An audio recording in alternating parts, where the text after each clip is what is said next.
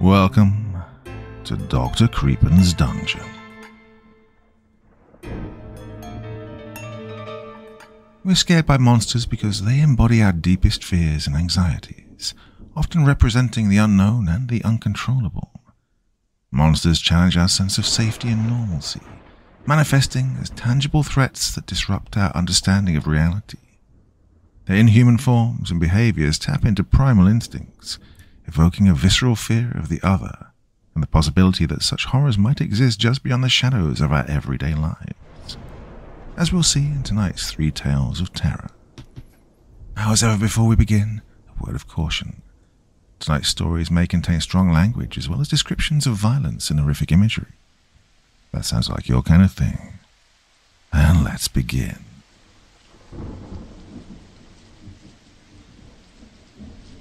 Billy's monster. Samantha couldn't see what her son was pointing at.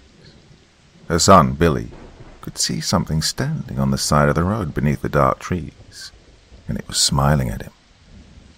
Samantha and her son were trapped on a lonely, long country road. It was in the twilight of night, and a full moon projected a ghostly glow across the night sky. A faulty engine turned Samantha's night into a nightmare. Samantha's car sat on the side of the road. No matter how many times she would twist the ignition switch, her brand new 1984 Cadillac Cimarron refused to make a sound.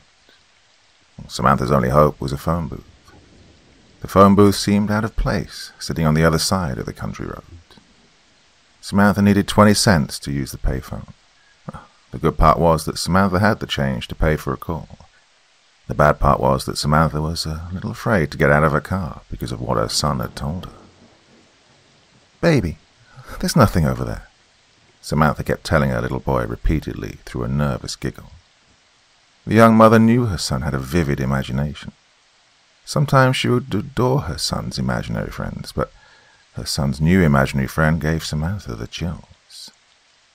It first started at the movie theater. Samantha took her son to see The Terminator. She tried to enjoy the movie with her little boy, but she couldn't enjoy anything after her son started telling her about a skeletal man sitting behind her. Billy told his mum that his new imaginary friend followed them out of the movie theater. He then told his mum that his imaginary friend looked like the skeleton of a dead man. Billy thought maybe his imaginary friend was someone who died long ago. The little boy told his mother that he'd run alongside his mum's car at full speed before it broke down. He said his imaginary friend wore a midnight black bowler hat, and that the rest of the skeletal body was naked. The child described the imaginary friend as a lanky, dark figure that had a perpetual smile because he had no lips. He had no eyeballs either, or a nose. Billy told his mum that his imaginary friend's bones would rattle even while he was standing perfectly still. Most mums would freak out if their child gave them such a horrid description of their imaginary friend. But Samantha was a brave mum, or at least she tried to be brave. She didn't believe her little boy. She didn't want to believe him. It unnerved Samantha to see how her little boy's description of this imaginary friend was so detailed.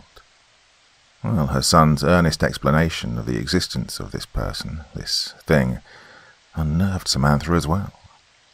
She also didn't like the name of her son's make-believe friend. "Dr. Rumples thinks you're pretty," Billy told his mum through a giggle.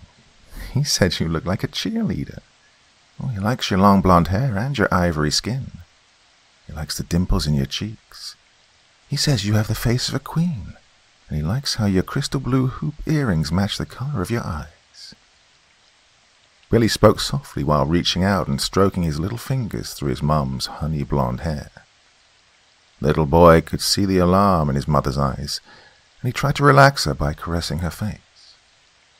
Samantha took her son's hands away from her hair, and she brought his hand to her lips, kissing his fingers. "What are you thinking about, Mama?" Billy asked through his cute, unguarded voice. The little boy looked like a spitting image of his mother. He had her intense, crystal blue eyes and her dimples. His wavy golden blonde hair touched his shoulders, and it cradled his angelic face. Strangers would admire Billy's cute face, and the strangers were mostly women. Well, Billy hated it because sometimes people would mistake him for a girl. The only one he enjoyed hearing compliments from was his mother. "Oh, your imaginary friend sounds so evil. I don't want nothing evil around my baby," Samantha whispered through a smirk while brushing her pink, polished fingernails through her son's hair. The young woman laid a kiss on her son's forehead, and she thought about playing along with her child's imaginary friend game. But a voice in the back of her mind was telling her not to do that. "Oh, Dr. Rumples isn't evil, Mama. He looks scary, but he's a good person," Billy explained. The boy rubbed his nose while thinking about what Dr. Rumples had told him. "Your imaginary friend told you he was a good person." Samantha watched as her son immediately nodded his head to her question. "Well, he told me he's not mean like Freddy Krueger. He told me he likes humans." Billy wasn't trying to scare his mom with his earnest belief in his friend. He wanted his mom to believe him. He wanted her to see what he could see. "Dr. Rumples is real, Mama. He's standing right over there watching us." Billy pointed past his mother again, wanting her to see his friend standing on the other side of the road near the dark trees. Samantha took a deep breath, and she paid no attention to her child's little finger pointing past her face. Instead, the young woman kept her gaze on her son's face. She shook her head and smiled while touching the tip of her son's nose. "He's right over there," Billy said as he continued to point past his mom. An urgent spark was in the child's voice. No matter how hard he tried, he could not get his mother to turn her head, which frustrated him.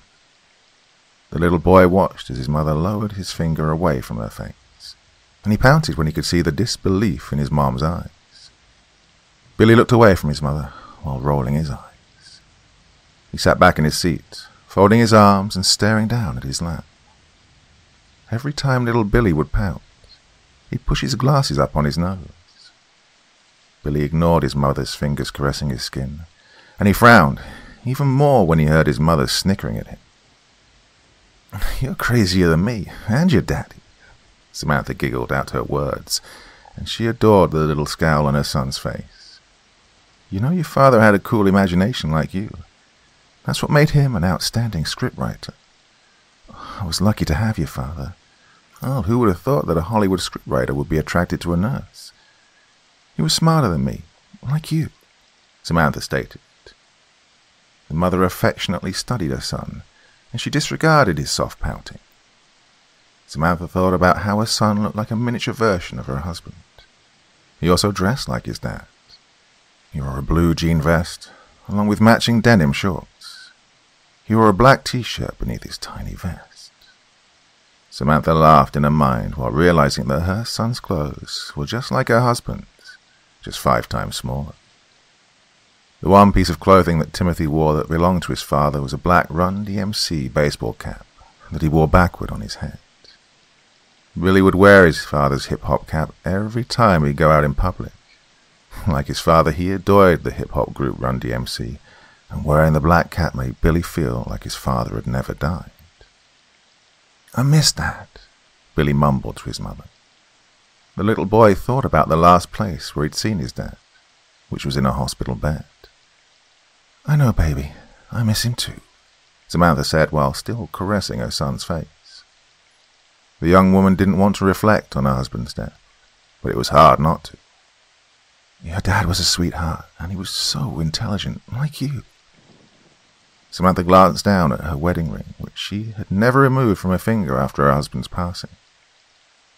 "Oh, I think about your dad every day. Oh, I would give anything to bring him back. Your mommy thought God hated her after I found out that your dad had brain cancer. I kept praying to God every day, asking him to take your daddy's cancer away, and he didn't." There was a bitter undertone in Samantha's voice. Billy turned to look at his mom again. "But Dad's in heaven with God. That's what you told me at Daddy's funeral." Billy's voice and his words were like the cooing of a dove. His voice soothed his mom, and so did his touch. The little boy sensed his mother's sadness, and he didn't want her to cry like the last time she brought up Dad's cancer. Billy returned the caress that his mother had given him. The child would occasionally look past his mum to see Dr. Rumples. The child saw that the creature was still standing on the other side of the road, using the darkness to conceal his crooked physique. "Yeah, Daddy's in heaven, sweetie," Samantha affirmed what she'd told her son in the past. The young woman's tender voice trailed off, and it became quiet inside her car for a little while. The only noise inside the car was the faint music coming from the radio. Prince's Party Like It's 1999 transmitted through the car's radio at a low volume. The radio was the only thing working in Samantha's Cadillac. It irritated the young woman because her sedan was only a month old, and yet it had engine problems. Samantha held her son's hand while staring out her window at the phone booth across the road.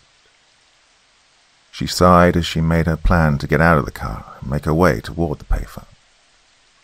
She knew she couldn't keep sitting in the car waiting for a passerby. She had to call for a tow truck, and she had the change in her purse to use the phone. Samantha felt stupid for sitting in her car for 30 minutes, waiting for a motorist to come down a lonely road in the middle of the night. At first, Samantha was about to step out of her car, but her hand froze on the door handle when her son said this: "He waved at you." Billy giggled as he brought up Dr. Rumples again. Samantha slowly looked around at her son. "Who waved at me, baby? Are you talking about Dr. Rumples again?" Samantha released an incredulous giggle. She hoped that her child would lay his vibrant imagination to rest for now. Samantha thought about how she tormented her parents with her imaginary friends when she was a little girl. The young mother figured that she was reaping what she sowed. Samantha's imaginary friend wasn't scary like her son's.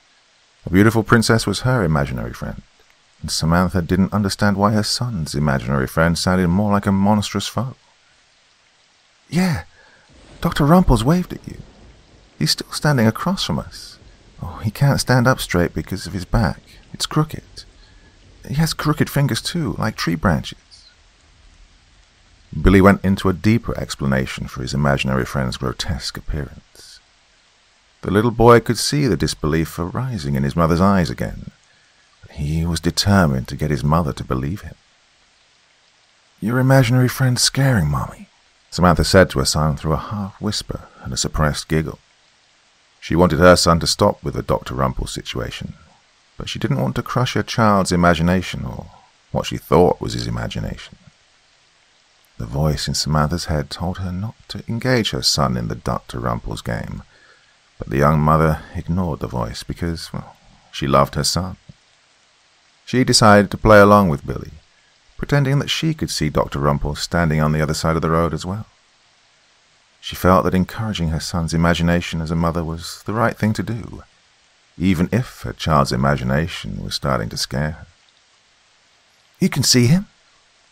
Billy sat up in the seat, and his voice squeaked a little from excitement after he watched his mom wave at Dr. Rumples. "Yeah, I can see your friend.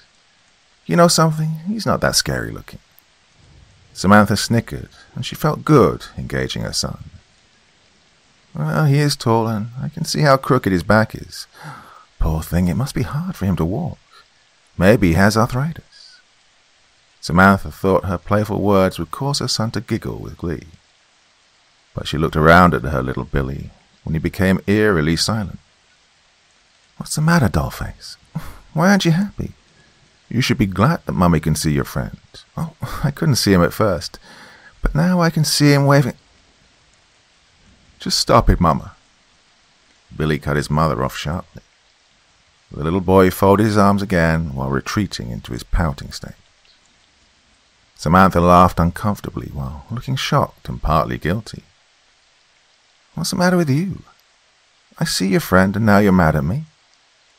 Samantha kept a smirk on her face while staring at her son in disbelief. "You don't see him. You're just messing with me, and Dr. Rumples said you shouldn't lie to your son." Billy's voice had an edge to it. It was an unnatural edge that didn't belong in a little boy's voice. Samantha heard the edge in her son's voice, and she did not like it. "Okay, That's enough with Dr. Rumples. Mommy tried to play with you, but I'm not going to play if you're going to have a nasty attitude. Samantha went back into disciplinarian mode.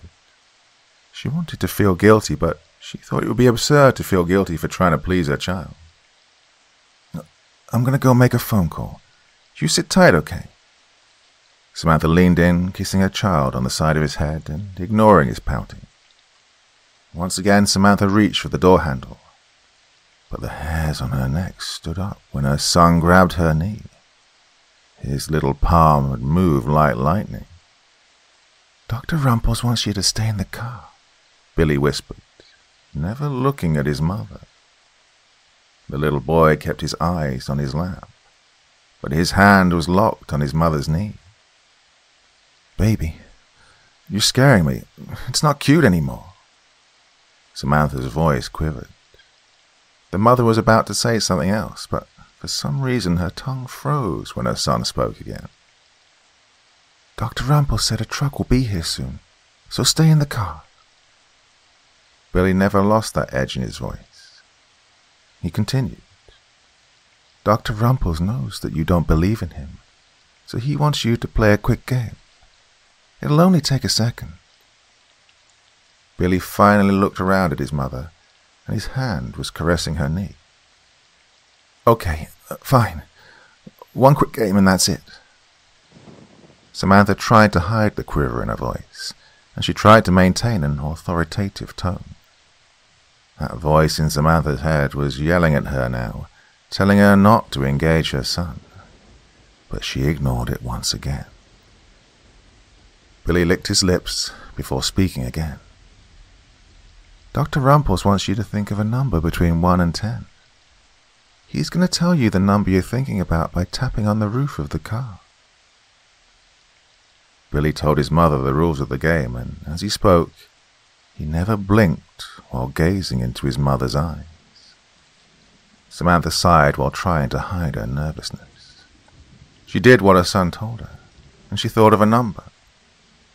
A half smirk grew on Samantha's lips when she thought about how ridiculous the whole situation was becoming. She assumed nothing would happen. Her rational, adult mind kept telling her that her son had a wild imagination. Samantha waited to hear something. She was playing her child's game once again, and she thought nothing of it, until she heard the first thud on the car's roof. What the? Samantha blurted out while looking up.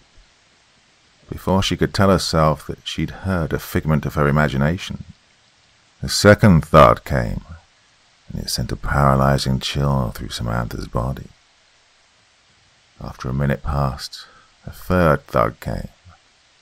Another minute, and then a fourth thud. Another minute, and then a fifth thud. Within 4 minutes, Samantha heard 6 hard thuds on the roof of her stranded Cadillac. The young woman didn't want to believe what she'd just heard, but she had heard it. It didn't matter if she wanted to believe it or not. What she heard was real. Samantha engaged her car's automatic door locks. She could still hear it moving around on the roof of her car. For a few minutes, Samantha swore she was dreaming. The young woman grabbed her child's hand when she heard the sound of clawing above her head.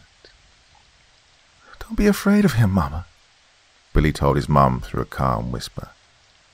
The little boy felt bad for his mum when he saw the sheer terror growing on her face. Baby. Those were the only 2 words Samantha could get out to her son before her voice locked. The heavy mass that crawled up on the roof caused Samantha's car to shift from side to side. Out of panic, Samantha locked her trembling fingers on the keys that still hung from the ignition switch. She kept turning the switch, praying for her car to start, but the Cadillac remained dead silent. Samantha kept turning the switch, knowing that her car wouldn't start. The young woman felt a dreadful shadow come over her while listening to the knocking and clawing sounds on her roof. The voice in Samantha's head told her that the thing on the roof of her car was going to kill her and her son if she didn't do something. A crazy thought came to her. She thought about grabbing her son and jumping out of the car, thinking maybe she could outrun the creature on foot. Samantha froze again when she heard the thing jump down off the roof of the car. She could hear mumbling and grunting coming from the rear. Billy never took his bright and gentle eyes off of his mum's face. The little boy had no fear of his friend. He could hear the creature pulling on the rear door handle behind the passenger seat. It warmed his heart when Dr. Rumples tried to get into the car. He wanted to unlock the door so his friend could crawl in and join him and his mum. He giggled while listening to the frustrated grunting coming from outside the rear door behind him. Samantha prayed under her breath while closing her eyes, hoping to wake up from her dream at any time. The young mother didn't want to believe what was happening. She refused to believe that what was happening to her was horrifyingly real. Samantha thought that maybe she was hallucinating. She thought maybe the food server slipped PCP into the soda pop she bought for her and her son at the movie theater. She had a thought that maybe someone had laced their popcorn. Samantha let out a short scream when she heard clawing against the inside of her car where her son was sitting. The clawing was still coming from the back seat outside the locked rear door. Samantha almost turned to see what was lurking outside her rear window, but the voice in her head told her not to. She could hear it mumbling to itself and tugging on the door handle like a madman. Dr. Rumples would soon be in the car with Samantha and her son. The creature would soon be in the back seat, reaching out to touch Samantha. The young woman saw the creature smashing the rear window, and now was the time for Samantha to grab her son and make her escape. She did not want to meet Dr. Rumples, even though he was her child's friend, who she had assumed was imaginary. Dr. Rumples might have liked her son, but she feared that Dr. Rumples wouldn't like her very much. It seemed hopeless, until Samantha looked into her side mirror to see a spark of hope coming down the long, dark road. It was a truck.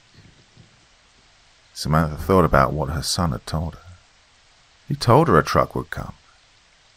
When she saw the headlights of the pickup truck, the violent tugging on the rear door handle abruptly stopped.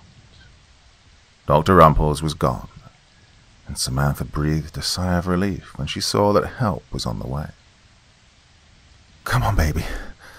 She let out a gasp between her words while reaching over and grabbing her son.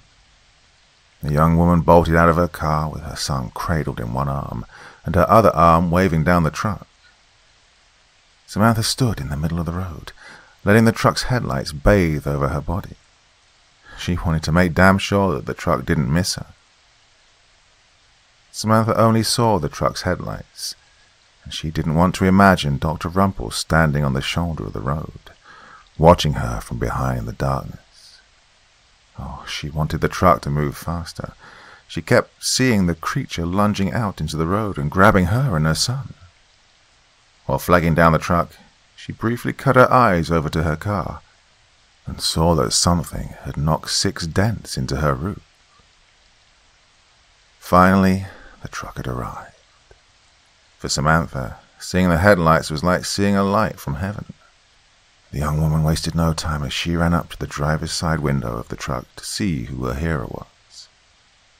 "You need some help, pretty lady?" A beefy-looking young man with a thick beard and a mullet spoke to Samantha through a Texas drawl. "Yeah, my car broke down and we need a ride to the nearest service station." Samantha's words flew out of her mouth. Before the man could tell Samantha to get in the truck, she was already at his passenger door. The young woman stepped into the truck's cabin with her bare, slender arm securely holding her child. Samantha jumped into the man's truck so fast that she left one of her high-heel shoes behind on the road. Billy couldn't help thinking about Dr. Rumples. The little boy preferred to stay in his mother's car. He didn't like riding in a stranger's pickup truck. Billy was sitting close to his mom near the truck's passenger door. He paid no attention to his mother's kiss against the side of his head and her caressing fingers breezing through his hair. Where are you folks coming from?" The man broke the silence inside his truck with his question to Samantha. "We came from Fort Worth. We went to see a movie there and we visited my husband's mother."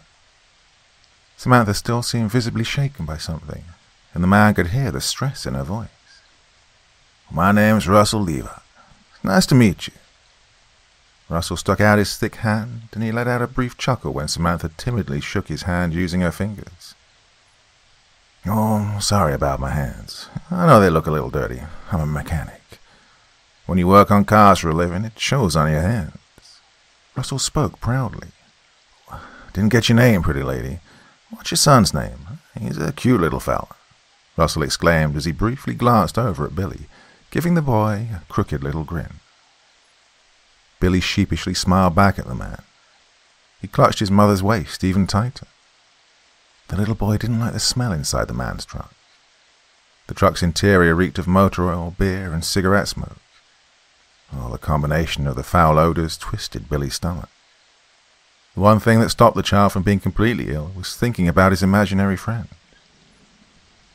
"My name's Samantha Blair, and this is my son, Billy," Samantha told the stranger while fixing her hair and keeping her one arm wrapped around her son. After introducing herself and her son, Samantha closed her eyes for a second while taking a deep breath. The young woman tried to calm her nerves. She didn't want to think about what had happened a minute ago. Once again, Samantha's rational adult mind told her that the creature that clawed and banged on her car was a bear. Telling herself that it was a grizzly bear was the only way Samantha could deal with the shock of it all. But there was one problem in Samantha's rational explanation. Bears don't grunt, and they don't mumble like a man. Samantha couldn't stop thinking about the mumbling and the grunting she'd heard. The young woman tried to put it out of her mind, but she couldn't. Well, at least Samantha was safe. At least she was with a stranger who could help her and her son. "Oh, you seem frightened about something. What happened back there?" Russell asked. The man's Texas accent intensified his question. "Oh, my car broke down. It's brand new, but something happened with the engine, and it just died on me," Samantha explained. "I wanted to call for a tow truck, but I was too afraid to get out of my car." I know that sounds stupid. Samantha laughed softly, which surprised her. This meant that she was calming down. "I can understand how you feel, being a young woman out late at night. You're with your little boy, and you're out here in the dark." Russell paused and snorted. "We always associate danger with darkness. I can understand why a pretty little lady like you wouldn't want to get out of your car. You never know what's watching you in the dark." Russell's grumbly voice shifted the air around Samantha and her son. Samantha felt the man's bass-heavy voice vibrating her chest. Looking at Russell, Samantha could see that he was a hard-working man. He wore a dingy white trucker hat with an American flag design on the front of it. He had on a grey wife-beater shirt that hugged his bulky physique. Samantha saw an Air Force Army tattoo on his bulging bare arm. She noticed the mud stains on his ripped blue jeans. "When I saw you in the front of my truck, I thought you were that pop singer Madonna." Russell chuckled at his own words. He would occasionally put his eyes on Samantha's black miniskirt, and he saw how the skirt decorated her wide hips and her shapely legs. What turned Russell on the most was seeing her fishnet stockings. "Yeah, I kind of dress like Madonna." Samantha joined Russell in laughter. Every time Samantha would laugh softly, she would feel the tension seeping out of her body, like air leaking out of a balloon. "My husband would tease me and call me a material girl," Samantha continued. "Ah, you dress like her. You got on that nice, lacy, revealing top and that sleeveless black leather jacket. Oh, I love your pink headband. It complements that long, flowing, beautiful blonde hair of yours." Russell paused again and snorted. "Oh, I think you're prettier than Madonna. Oh, you dress like her, but your face and your body are way sexier. Oh, and your boobs are way bigger than hers, and your hips are hot." Russell's tongue ran loose. He didn't see his words as inappropriate. The Army veteran spoke his mind to Samantha, and he could feel forbidden desires stirring inside him, mostly inside his jeans. "Thank you." Samantha didn't know what else to say to Russell's uncensored compliments. Well, the young woman had felt safe a few minutes earlier. "Did you say you were a mechanic?" Samantha asked while closing her leather jacket to hide her lacy top. "Yeah, I'm a mechanic." Russell's voice turned icy when he could somehow sense Samantha's uncomfortable feeling toward him. "Taking you to my garage, and I'll send my boys back to pick up your car." Russell gave Samantha the details of his plan. "You and your little boy are in excellent hands. We'll take care of you guys." After Russell said that to Samantha, he violently twisted his steering wheel, causing his 4x4 to make a sharp turn down an alleyway. Billy paid no mind to the truck's sudden swerve. The child was busy looking through the side mirror at a creature that was running behind the truck, keeping its pace at a mile-long distance. The darkness camouflaged the creature as it ran and leapt along the side of the dirt road. Billy couldn't take his eyes off Dr. Rumples. It amazed him how fast the skeletal man could move. Samantha had both arms around her little boy. She held his body tight against her chest. While the young woman was sitting between Russell and her child, she could sense something wasn't right when she watched Russell drive up into an auto repair service station that looked abandoned. Tall weeds surrounded the garage, and the parking lot looked more like a forest preserve. The service garage was dark, and its dilapidated structure looked more ancient than the Roman Colosseum. "Is this your garage?" Samantha asked after she watched Russell bring his truck to a stop. She felt chilled again when Russell didn't answer her question. Instead, the man turned and looked at her, taking off his trucker hat and revealing that he had a mohawk connected to his mullet. Samantha took her eyes off Russell when she saw a group of men appear out of nowhere. The men had shotguns and they surrounded the truck. Samantha counted 10 men altogether, as she didn't like the rock-hard scowls on the men's rugged faces. "Mama!" Billy shouted when one man jerked open the truck's passenger door before aiming his shotgun at the child and his mother. Samantha screamed when the man reached into the truck to grab her son. The woman swung her fist at the man and her knuckles connected with his nose. Unfortunately, Samantha could only land one punch on the man. She couldn't hold on to her son because of Russell grabbing her from behind and putting her in a headlock. "Come on, pretty lady," Russell whispered before dragging Samantha out of his truck's cabin by her neck. He even chuckled a little when Samantha began swinging her arms and flailing her legs. Russell mocked the young woman's effort to break free from him. "What are you doing?" Samantha's shrieking voice shot up to the night sky. The young woman kept trying to reach behind her to see if she could scratch Russell's face. Hearing her little boy screaming on the other side of the truck made Samantha go into a conniption. She screamed like a raging cat while digging her long fingernails into Russell's forehead. Well, Samantha knew that she'd done some damage after Russell hurled her to the ground before grabbing his bleeding forehead. "What the hell's going on over there?" the man shouted as he marched toward Russell. The man was bigger than Russell, and his dirty plaid shirt barely covered his oversized belly. He had a beard that covered half of his face, and it looked like a wild and frizzy raccoon. When the man saw what Samantha had done to Russell's forehead, he unhesitatingly kicked Samantha in her stomach while she was struggling to get up from the ground. "That's my brother you injured, you stupid little bitch." The man roared down at Samantha before spewing tobacco out of his mouth. Most of the man's tobacco juice never made it to the ground. Instead, it landed at the bottom of his beard. "Don't kill her yet," Russell barked at his older brother, named Dennis. "We still need her for the sacrifice. Our master gave us direct orders." Russell grabbed his brother by the collar. "When you do the devil's work, you do it right." Dennis slapped his brother's hands away from his collar. "I know what we're supposed to do." A spitting growl came out of Dennis. Samantha was still coughing hard while grabbing her stomach. She crawled across the ground while praying to God that her ribs weren't broken. Tears stung her eyes when she could hear her little Billy screaming for help a few feet away from her. Samantha had to stop crawling on her hands and knees when all 10 of the men surrounded her. One of the men had Billy in his arms. He stopped Billy from screaming by knocking the child unconscious. Samantha released a wild cry as she swung her hand at the man who held her little boy.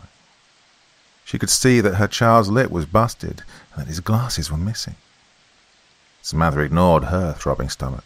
She leaped up from the ground, attempting to get her son back, but she was restrained by the other men.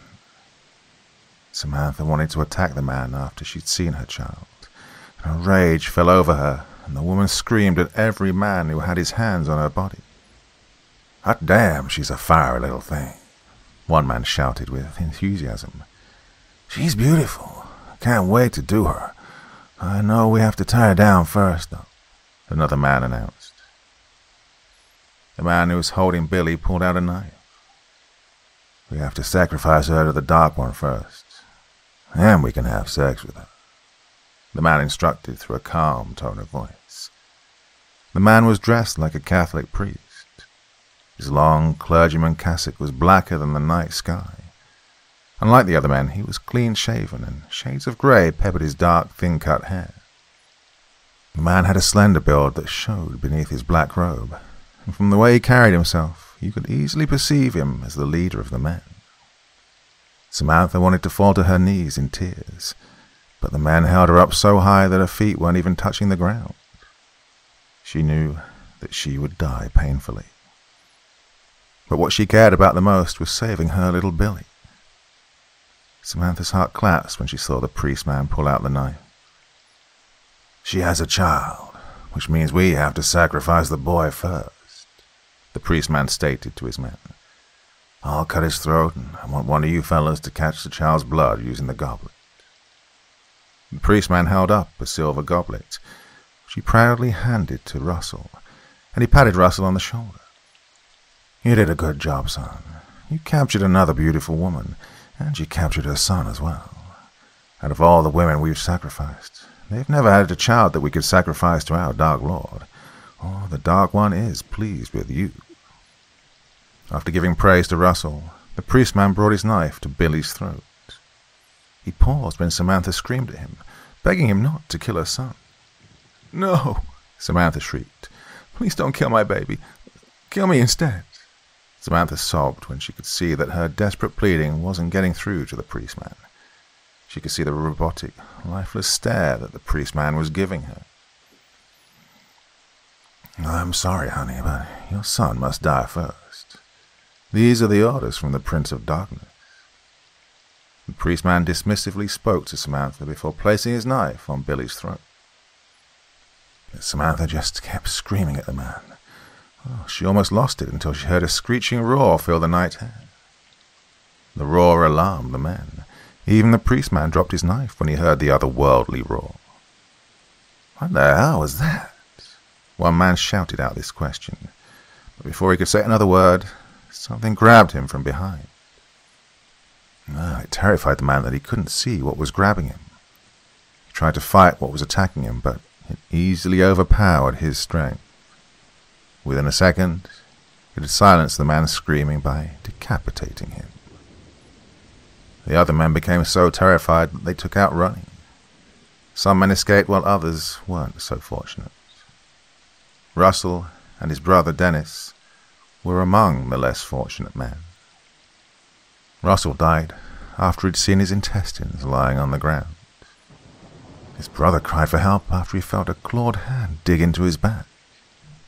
Dennis lost his life after the creature ripped his spinal cord from his body, along with his skull.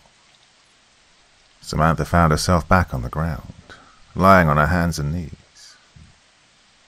She watched as a tall, naked skeletal man wearing a dark bowler hat ripped up men's bodies like they were pieces of paper. Sprinkles of blood rained down on Samantha's face, causing the young woman to flinch.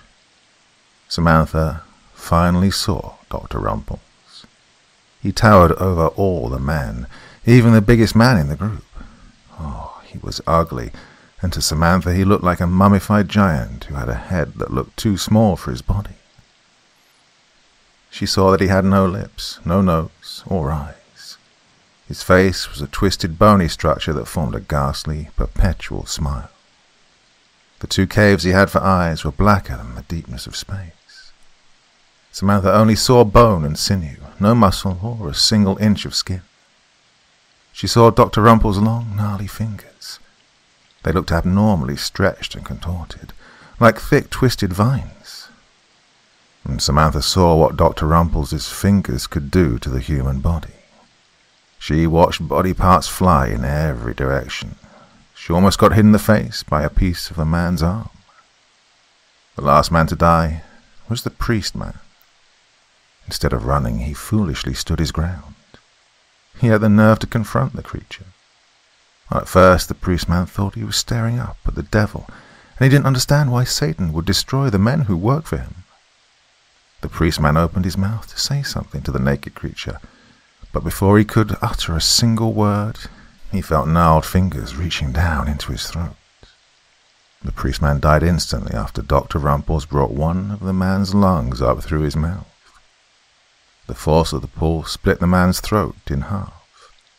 The creature also severed the priest man's aortic artery, along with his beating heart.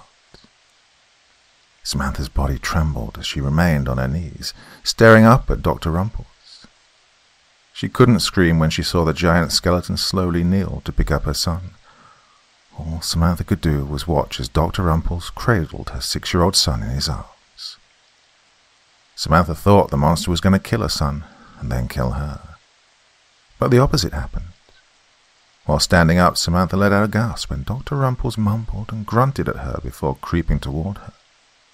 The young woman's mouth fell open when the creature stood over her before slowly placing Billy in her arms.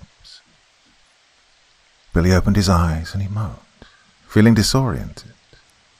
The little boy raised his head from his mother's shoulder to see Dr. Rumpels kissing his mum on her forehead. Billy smiled when Dr. Rumpels kissed him on the forehead as well.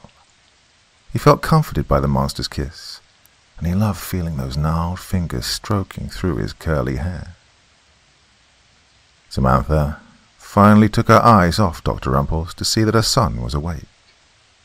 She rubbed and kissed on her son's face, while wondering if she was going to wake up. Samantha had to face the fact that she wasn't dreaming. She held her son tight in her arms, and she could feel her heart racing.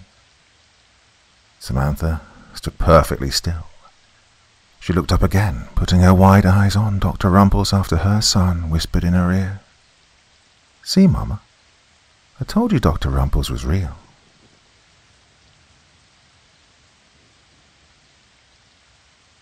Here there be monsters. In the late 1940s, only a few years after World War II had ended, the United States Army Air Forces embarked on a project that was as audacious as it was ridiculously dangerous. The project was known as Crusader, an experiment to test the feasibility of America's giant long-range bombers to be powered by nuclear propulsion. By the early 1950s, with the Cold War with Soviet Russia reaching a boiling point, the newly designated United States Air Force was ready to test the capability of having a nuclear-powered bomber fleet in the air 24 hours a day, 7 days a week, with the capability to strike the Soviet Union within seconds of receiving the call that the world was coming to an end. Joining with the Atomic Energy Commission, the Air Force outfitted a specially modified Convair MB-36 bomber with an actual nuclear reactor. At the time, the MB-36 was one of the largest bombers ever designed, and dwarfed America's largest World War II bomber, the B-29 Superfortress. The MB-36 bomber completed nearly 90 hours of flight testing over the continental United States, with the nuclear reactor operating high over the skies of New Mexico and Texas. The operations were considered so risky that a second B-50 Superfortress, modified from the original World War II B-29 Superfortress, followed behind the MB-36 with a specially trained crew to handle radiological hazmat fallout should the MB-36 crash. By 1957, with initial flight testing completed, the MB-36 bomber, whose serial number was S/N 51-5712, was officially listed in the Air Force records as being scrapped, though continued research on the project continued until its cancellation in 1961. That's where the official US government records end, but where the account of following events begins. In 1958, under the thickest veil of secrecy, an NB-36 bomber with the number 51-5712, completely erased from its tail, landed on the island of Okinawa, about 900 miles southwest of Japan, to continue further flight and weapon delivery testing. Presumably, very few records remain of this phase of testing, as these were conducted at a level exceeding top secret, and any records which may survive to this day are still a closely guarded national secret. Still, by what secondary and tertiary accounts that do exist of that phase of testing, of which it can be safely assumed that half are inaccurate or completely false, the testing was considered a success by all measures, the nuclear-powered NB-36 having made successful secret test flights from the Philippine Sea to as far south as Australia and the northern tip of New Zealand and back. Rumors even circulated of a strange American bomber being seen over Chinese and North Korean airspace at the time. Sometime in early 1959, the NB-36, having completed that phase of testing, the bomber and its crew prepared for their flight back to the mainland United States. It was to be the longest flight for the nuclear-powered bomber, taking it from Okinawa over to the North Pacific Ocean to the Gulf of Alaska, south of Cook Inlet and Anchorage, and then across the entire United States mainland, until it reached Langley Air Force Base in Virginia. This was to be done entirely on nuclear propulsion and with absolutely no refueling stops. The accompanying B-50 Superfortress would be with the NB-36 over most of the Pacific leg until it was relieved by a second B-50 flying out of Anchorage. Accounts of what happened next, if indeed such accounts actually existed, are extremely scarce and border on wild speculation. Given what little accurate information is available, what can be reasonably surmised is this. About 3 hours into the flight, the accompanying B-50 Superfortress experienced some type of mechanical engine failure and was forced to return to Japan. However, for some unknown reason, the now unaccompanied NB-36 was ordered to continue on its mission to the rendezvous point with the second B-50 over the Gulf of Alaska. Who exactly gave this order is up for speculation, but the fact remained. The NB-36 would be alone for the next 5 hours until it linked up with their B-50 escorts. Sometime during that 5-hour window, the NB-36 bomber disappeared. No record of the US military search and recovery efforts exists, but it can be safely assumed that it was as extensive as it was secretive. The only indication that such a mission ever took place came from old Soviet naval reports, which were released in the early 1990s, during the period of glasnost, when the Soviet Union collapsed. The report came from a Soviet submarine which, at the time, was quietly stalking US naval surface vessels operating in the area. According to the report, several dozen US and Canadian naval warships were operating in a 1,500 square mile area of the Pacific Ocean, in the waters west of British Columbia. According to the submarine captain, they seemed to be searching for something. For their part, both the United States and the Canadian government dismissed any such inquiries into this matter as simply a regularly scheduled joint naval exercise between two close NATO-allied nations. Still, the rumors persisted that angry messages were sent to the United States and the US Department of Defense from Canadian Prime Minister John Diefenbaker and the Canadian ambassador to the United States, Arnold Heaney, shortly after the search efforts ended. Apparently, they were extremely upset that the United States had somehow secretly and unnecessarily endangered the Canadian mainland in some way, and relations turned noticeably sour between the two neighboring countries for several months from 1959 to 1960. In 1961, newly elected American President John F. Kennedy officially scrapped the entire nuclear-powered bomber program, and the 15-year experiment became just another billion-dollar footnote in the annals of failed military experiments. The development of successful in-flight refueling for bombers and intercontinental ballistic missiles had made the nuclear-powered bomber project obsolete. The NB-36 Crusader project was swept under the rug and was very quickly forgotten. Oh, that should have been the end of the story, except for one seemingly unconnected event which occurred in 1968 in the waters of the Pacific Ocean. In March of that year, approximately 1,560 nautical miles north of the Hawaiian island of Oahu, the Soviet submarine K-129 was mysteriously lost with all 98 crew members on board.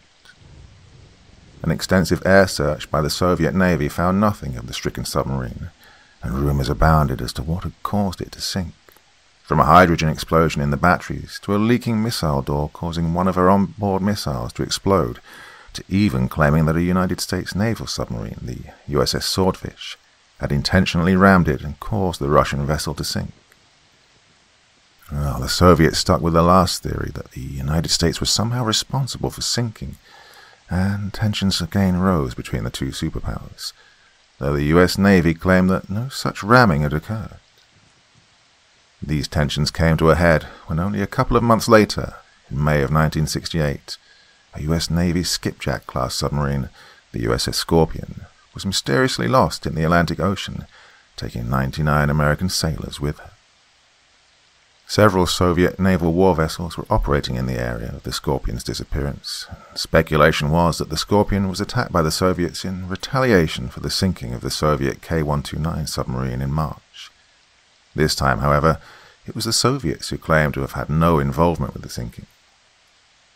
Regardless of who or what sank the USS Scorpion, tensions were at an all-time high between the Soviets and the United States, as the US was already deeply embroiled against a stubborn and determined communist enemy in Vietnam, while the communist Soviets were quickly spreading their influence all over Eastern Europe and threatening the Western European democracies.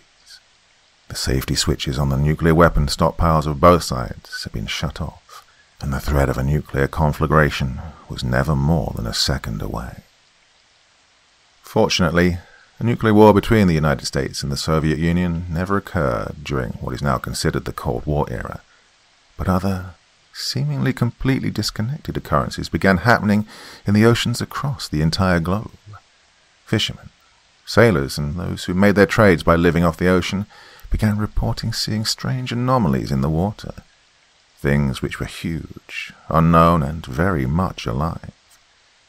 Reports of sightings of giant sea creatures, reportedly resembling monstrous sea serpents or sea dragons in the Pacific Ocean, spiked by over 600% in the 1970s, including a famous picture which made the world news headlines of what was described as the carcass of a prehistoric plesiosaur dredged up from the ocean by the Japanese trawler Ziyumaru off the coast of New Zealand. While many in the scientific community speculated it was the remains of an unusually large basking shark, the carcass was thrown overboard by the crew after the captain took pictures of it. There was never any solid proof to either prove or disprove that it was either a known species of shark or, if it was, in fact, a recently deceased prehistoric dinosaur. These many hundreds of reports and sightings were never really taken seriously by the enlightened popular scientific community and were largely relegated to tabloid newspapers or brief, "What was that?" news reports on local television news. The popular narrative of the time was that anyone who believed those reports, or attempted to do any serious investigations into what were, in effect, ancient nautical horror stories told by drunken sailors, was not to be taken seriously.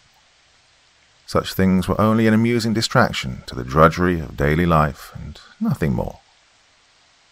This almost worldwide belief that there was no such thing as a Leviathan-sized creature lurking in the depths of the Pacific Ocean continued decades later, even when, in 1997, the U.S. National Oceanic and Atmospheric Administration recorded an odd, low-frequency, high-amplitude underwater sound in the South Pacific Ocean. Called simply the bloop, the sound was recorded at a point 50 degrees south and 100 degrees west of the southern tip of South America, and was picked up and heard by multiple sensors at a range exceeding 3,000 miles away.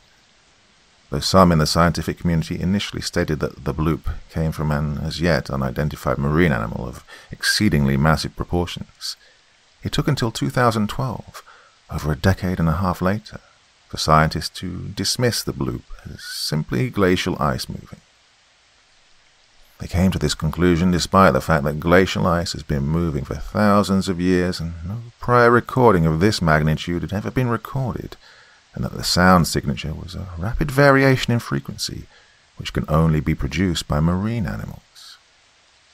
It was also near this area when crewmen aboard Japanese research vessels began reporting sightings of monstrous aquatic creatures, completely white in color, human-like in shape and over 90 to 100 feet in length, swimming off the waters of the Arctic not far from where the bloop sound was recorded at the tip of South America. One other fact which had been left out or simply forgotten from all of the news broadcasts was that the population of all species of marine whales in that part of the Pacific Ocean had fallen dramatically for over 2 decades, in spite of the fact that human whale harvesting had dwindled dramatically over the same time period. Other odd occurrences involving whales included the increased number of whale beachings along the shores of the Pacific Ocean. Environmentalists and activists attributed these mass suicides of whales upon the beaches surrounding the Pacific to sonar activity by U.S. naval submarines or climate change caused by U.S. military operations. Not one scientist or biologist ever brought up the theory that something predatory might have chased the whales to the shore, so eager was the desire to place blame on the United States military. In fact, the fear that U.S. military operations were causing global warming and forcing whales to beach themselves was so great that in 2010, Democratic Congressional Representative Hank Johnson of Georgia lectured the United States House Armed Services Committee and the American commander of the U.S. Pacific Fleet, Admiral Robert Willard, that continued U.S. military operations, such as a planned training operation to have Marines land on the beaches of Guam, would cause so much global warming, whale beaching and overpopulation. The whole island of Guam will tip over and capsize. But whales weren't the only large creatures to suffer from mysterious deaths.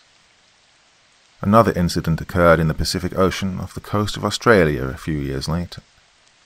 Scientists had tagged a 9-foot-long female great white shark and was tracking it when, suddenly, the tag indicated that the temperature had abruptly increased to 78 degrees, and that the device had experienced a rapid plunge in depth to around 580 meters in a matter of seconds.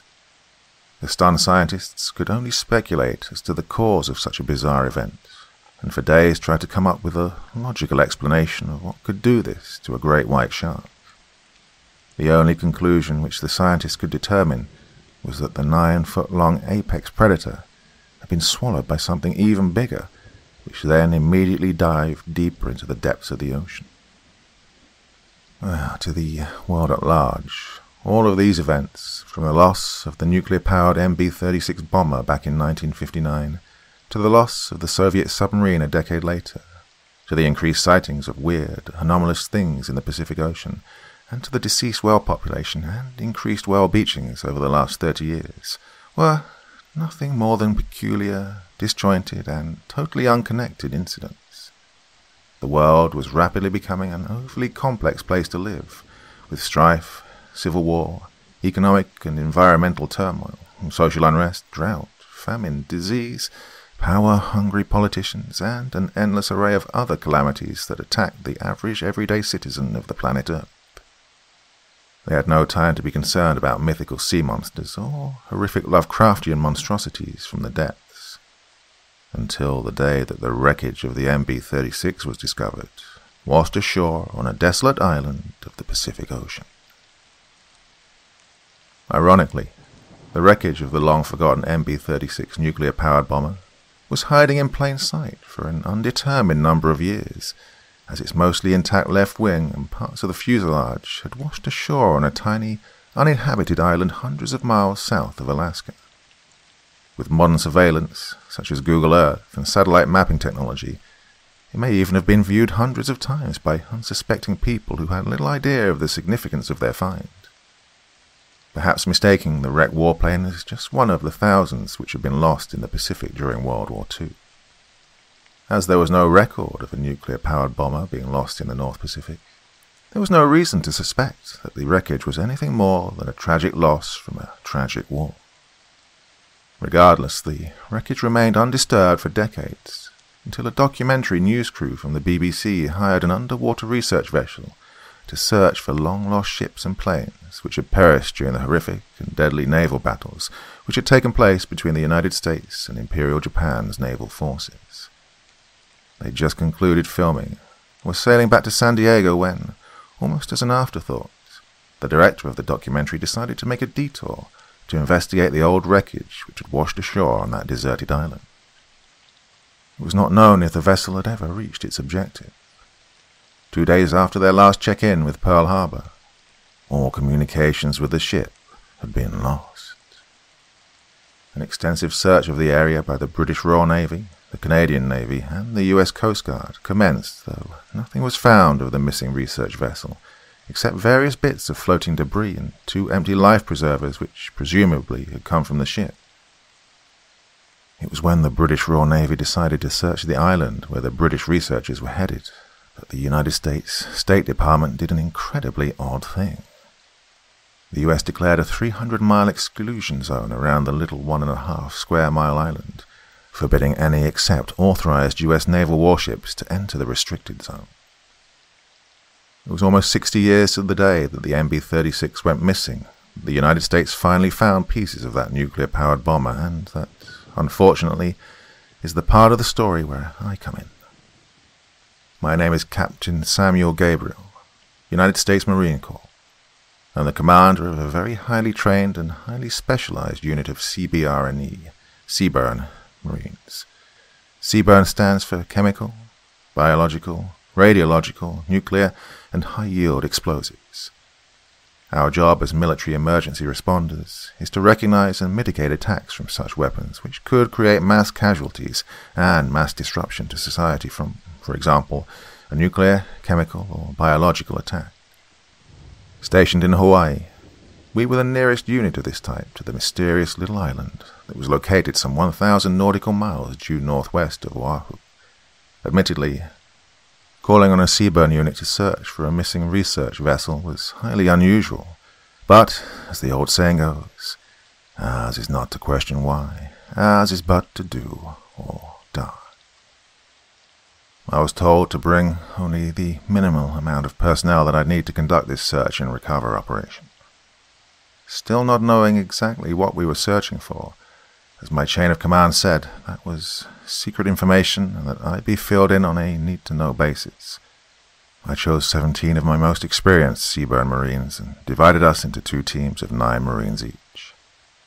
We were told to bring our heaviest hazmat suits, oxygen breathers, radiological sensors, radiation alarms, decontaminating agents, and a full combat load for our M4 rifles. In addition, all recording devices such as cell phones, GoPros, or any type of audio-visual recorder was strictly forbidden, all over what was supposed to be a simple search and recovery mission. Every one of us knew that there was some underhanded black ops thing going on when we boarded the naval assault ship, the USS Wasp, as it floated dockside at Pearl Harbor, waiting to take us on the 4-day journey to that small, lonely island in the middle of the Pacific Ocean. For 2 days of that trip, my Seaburn unit basically sat around aboard the massive USS Wasp assault ship with its large internal bays which could comfortably hold an entire US Marine assault battalion, along with all its armored vehicles. For this mission, however, 2 ugly bus-shaped Boeing CH-46 Sea Knight helicopters, 2 AH-1Z Viper attack helicopters, and 2 UH-1Y Venom utility helicopters were parked aboard the ship's flat top. Again, these were not the types of aircraft which were optimized for air-to-sea searches. On the 3rd day of the voyage, when we were about 350 nautical miles from our destination, the captain of the USS Wasp had us do radiological surveys of the air and seas. To our astonishment, we found that both the air and sea samples east of the island contained an elevated amount of radiation. A second test at 300 nautical miles from the island revealed even higher levels of radiological contamination. The captain decided to change course to approach the island from a more southerly route, and to our relief, radiation levels dropped significantly. A hasty meeting inside the Tactical Operations Center of the USS Wasp was set to discuss possible causes and sources of the radiation.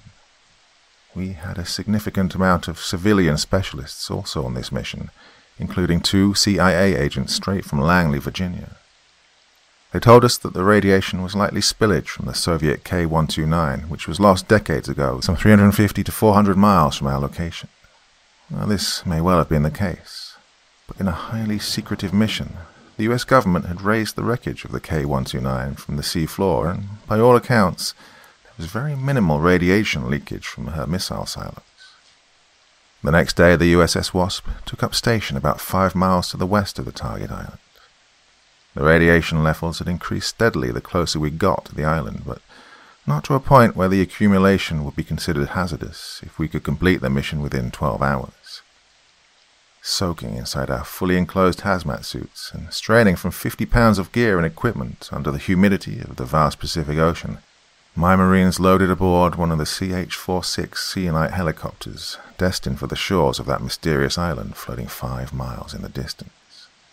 The fact that my Marines were also carrying fully loaded M4 rifles made me suspect that we were not going to be doing our primary mission as seaburn specialists, a feeling that was confirmed when I saw who was boarding the other CH-46 helicopter. The other Chinook helicopter was filled with specialists, also in hazmat suits, working for the U.S. Nuclear Regulatory Commission, the U.S. Department of Energy, and the U.S. Environmental Protection Agency. They even had a team of U.S. military historians aboard for good measure. Although our initial mission briefing aboard the USS Wasp was considered top secret, it was filled with only the barest of need-to-know data by the 2 high-ranking CIA types, followed by incessant reminders of the harsh penalties that we would expect if any word of this mission were leaked to the public. At that point, I had little idea of the impact that this discovery would unearth. In truth, I didn't believe the CIA types did either. My Marines and I were experts at our jobs when it came to securing hazardous, radioactive waste materials, even if they were long-dead bobbers lost in the ocean for decades. It was the CIA's job to cover up some past blunder that the US government was responsible for. We would do our jobs, they would do their jobs, and the world would be none the wiser. Flying in from the western part of the tiny island, the 2 CH-46 Sea Knights landed in a clearing on the beach. Though we knew it would be uncomfortable, the plan was to walk the 1 mile across the relatively flat island where the wreckage of the plane lay washed up on the opposite beach. So far there had been absolutely no attempt to ascertain the fate of the missing British research vessel, and it quickly became apparent that that was just an excuse to get us out on this humid, desolate island, enclosed in our heavy, claustrophobic-inducing hazmat suits. Breathing laboriously through our heavily filtered gas masks, we sweated under the merciless sun as we made our way deeper into the island. The 2 CIA types who were running the entire mission remained behind aboard the safety of the USS Wasp, but coordinated our movements via secured radio transmissions. Curiously, they told us Marines to leave all equipment behind inside the helicopters, except for our handheld radiologic sensors and our M4 rifles. The civilians would do all of the required work once we'd reached the wreckage. Well, we could have scanned ahead using aerial drones, but again the CIA operatives were adamant that no visual recording devices were to be employed during this mission. We soon entered a jungle area where the trees seemed eerily weird and misshapen, as if their branches had been twisted to cause the trees to feel excruciating pain. There were no birds or animal life present, only these tortured and oppressed-looking trees. My Marines were taking the hike as well as could be expected, but the civilian specialists who were accompanying us were another story, unused as they were to the exertion that came with walking through a humid island jungle, sealed inside a heavy rubber and carbon suit which was lined with lead. 2 of the civilians, an obese, late middle-aged gentleman who was one of the military historians, and a young man who was one of the EPA specialists, were complaining of feeling dizzy and lightheaded, obvious symptoms of heat exhaustion. We sat them down as comfortably as we could on a fallen tree trunk underneath a jungle canopy and had them drink water through a tube connected to a bladder of cool water on their backs. I left one of my Marines to keep an eye on them, figuring that we wouldn't be gone for more than an hour, by which time I was hoping that the 2 civilians would be well enough to walk back to the Sea Knights. Why weren't we allowed to land the Sea Knights right next to the wreckage of the aircraft was never explained to me, but I figured that the CIA wanted eyes on the landscape, although we were forbidden to record it. I radioed the situation back to the ship, and the lead CIA operative impatiently ordered us to move out. We were now a quarter of a mile from the opposite beach, and in the thickest part of the jungle, with a triple canopy of what looked like hideously misshapen palm and coconut trees masking the sky above us. We halted and stared in disbelief at what lay before us. There, half buried in the white sand and earth, were the skeletal remains of some type of aquatic creature which looked to be over 70 feet long when it was alive. It looked to be the remains of some type of whale, yet clearly it wasn't, as it had a neck that stretched across the ground and ended in a head which seemed far too big for the rest of its body. The gaping mouth hung open, revealing row upon row of dagger-like teeth, some measuring 6 inches long. It had what appeared to be 2 sets of massive flippers near the base of its neck, and the other set at the start of its long tail. At first I thought it may have been some species of prehistoric animal, except that the air was still filled with the fetid stench of decay, and, amazingly, there was still some sun-bleached leathery tissue clinging to the undersides of the ribcage, meaning that, whatever this thing was, it had died fairly recently. What bothered me the most about the monstrosity was the condition of the bones and skeleton, as they seemed to be plagued with unnatural, cancerous growths along the entirety of its body, which seemed to twist the spine, neck, and tail into what looked to be uncomfortable angles. As massive as this dead thing was, it also looked to have lived a life of constant pain before death took it. Immediately I radioed our finding to the USS Wasp. After a few long minutes of what I took to be indecisive silence, the lead CIA operative acknowledged my transmission and ordered us to continue the mission. In a few minutes, we emerged from the sweltering jungle and walked onto the beach under the unforgiving sun. The large wreckage of a bomber's wing and about 30 feet of fuselage was sitting half buried on the beach. The radiation levels were already spiking as we approached, and it didn't take long for the second military historian, a young female, to confirm that this was indeed the wreckage of the MB-36, codenamed Crusader. At the time, none of us Marines were familiar with what she was referring to, so she gave us a very quick rundown on the history of the MB-36, which I had previously written about earlier. Up until now, the existence of the crashed nuclear-powered bomber was just the stuff of forgotten myth and Cold War legend. But it was true. The EPA and the DOE personnel ran a battery of tests on the air, soil, and fuselage of the bomber, but we all already knew what had occurred. For over 6 decades, that radiological material had been contaminating an area of roughly 350 to perhaps as much as 500 square miles of the Pacific Ocean, mutating and corrupting the sea life around it. That nuclear reactor was here somewhere, buried under the tainted blue waves of the ocean, and giving birth to unimagined horrors.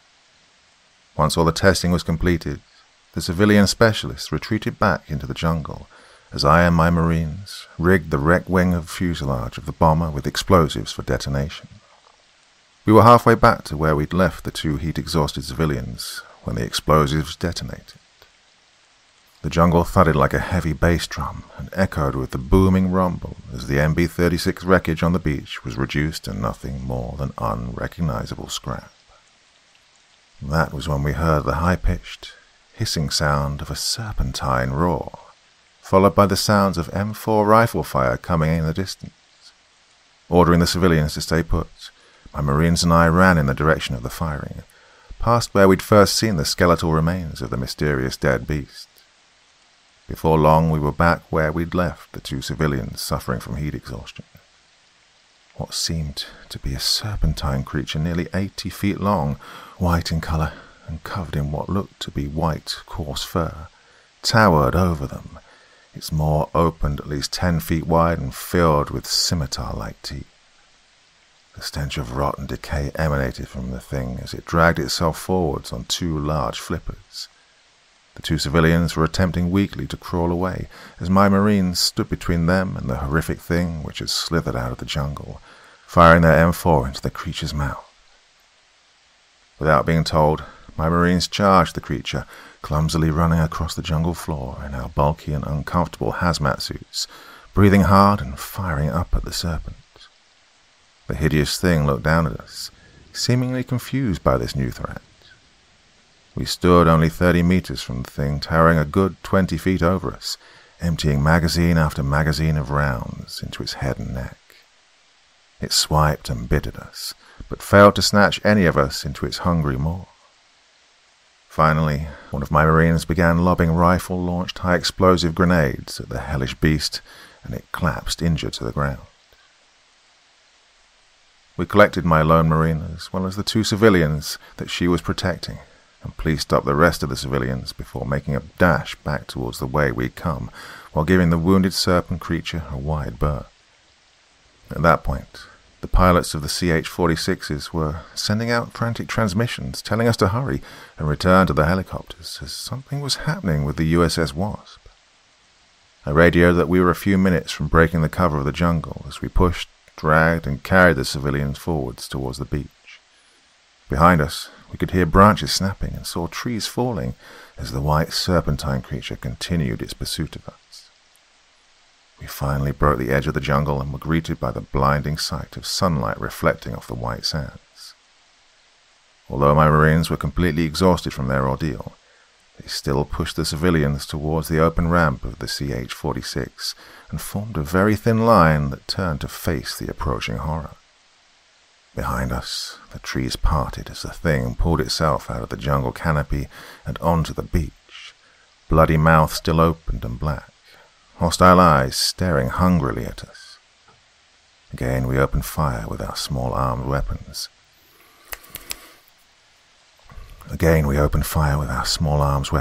While my grenadier launched a high explosive round that impacted inside the beast's maw. The creature's head exploded in a spray of fetid-smelling bone and gore, the massive 15-foot mandible tearing away from the rest of its head. Wearily, we turned and ran the rest of the way to our waiting CH-46 Sea Knight, the pilot eager to leave the beach. I stopped briefly to ensure that all of my Marines were accounted for, and looked out across the ocean toward the USS Wasp. Even at this distance, I could see the ocean churning and frothing behind our assault carrier, our 2 Viper and Venom gunship helicopters circling over the unnatural disturbance in the water. As our helicopters drew closer to our ship, the back ramps of the Sea Knight still lowered, we stared out the back in shock as the source of the churning waters behind the USS Wasp appeared. A mottled, brown-green neck, easily 80 feet long, stretched out of the ocean. An ovular body could be seen just under the thrashing waves that was roughly 40 feet long and tapered to a short, thick tail that ended in fins that resembled that of a shark. The Leviathan horror had 2 sets of gigantic flippers resembling those of a prehistoric plesiosaur, the front ones easily 20 to 30 feet long each. A dorsal fin protruded from between bony spines on its back that rose 30 feet above the waves as the horrific sea creature swam in an undulating motion to catch the USS Wasp. The most terrifying thing about the beast was its head, which seemed impossibly oversized to be supported by its neck. The head resembled that of a great white shark, with horny protrusions crowning its head and a jaw so massive that it could easily swallow a 9-foot-long great white shark whole. The thing was now only 100 meters behind the USS Wasp, which was steaming away from the creature at full speed and throwing up a massive wake behind her.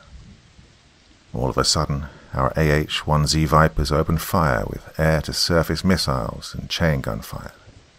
The ocean erupted in large spouts of white waves as explosions stitched the back of the creature. The mutated monstrosity hissed loudly, turning its ungodly large head towards the sky. By this time, the 2 UH-1Y Venom helicopters were also adding their ordnance to the cacophony of heavy weapon fire, raining machine gun and rocket rounds down upon the creature. Even my Marines were firing out of the open back ramp of our CH-46, using their personal small arms weapons. Hemorrhaging blood, gore, and chunks of flesh, the creature turned away from its pursuit of the USS Wasp, turning left just split seconds before it would collide with the ship. One of its gigantic flippers hit the assault carrier on its port side as the creature dove under the waves and actually tipped the USS Wasps towards starboard. Our assault carrier rocked back and forth for a few tense moments before regaining stability, and we were allowed to land aboard her deck shortly after. The USS Wasp was already steaming back towards Pearl Harbor when our two CH-46 Chinook helicopters finally touched down on her deck. The two CIA operatives apparently having seen enough and deciding that discretion was the better part of being a meal to some radiation-mutated undersea nightmare. After a week of extensive debriefings at Pearl, my unit was suddenly disbanded, my Marines placed on leave and awaiting orders for further reassignment to other units. I was placed on leave and am now awaiting a transfer to a unit currently operating in Africa. Meanwhile, the US Navy is currently conducting extensive naval operations within a 1,000-mile radius of the island. Officially, the unscheduled exercise is to perform anti-submarine and search and rescue training. The reports abound that a large naval salvaging and scavenger ship outfitted with radiological protective measures was seen leaving Naval Station Pearl Harbor in the wee hours of the morning prior to the Navy exercise. As I write this, I'm sitting out on the back porch of my ranch home in Ogden, Utah. I've recently bought this land, and I purposely built my house on hilly land far from the nearest big city and a mile from my nearest neighbors. It's nighttime, and the stars twinkling above the cold, clear skies are shining brightly. I stare up at them, wondering what ancient mysteries they hold. Do they wait for the primitive species from Earth, so recently divorced from our homes within the caves, to clumsily fly out to them? I laugh unconsciously at something my 7-year-old son, Sammy Gabriel Jr., said tonight before he went to bed. He said that when he grows up, he wants to join the new US military space force, so that one day he could explore the galaxy, find new alien species, and shoot them. That's fine, I guess, as long as he doesn't join the Navy or the Coast Guard or any trade that puts him out into the middle of the ocean. I've seen what lurks under the waves, and there be monsters there.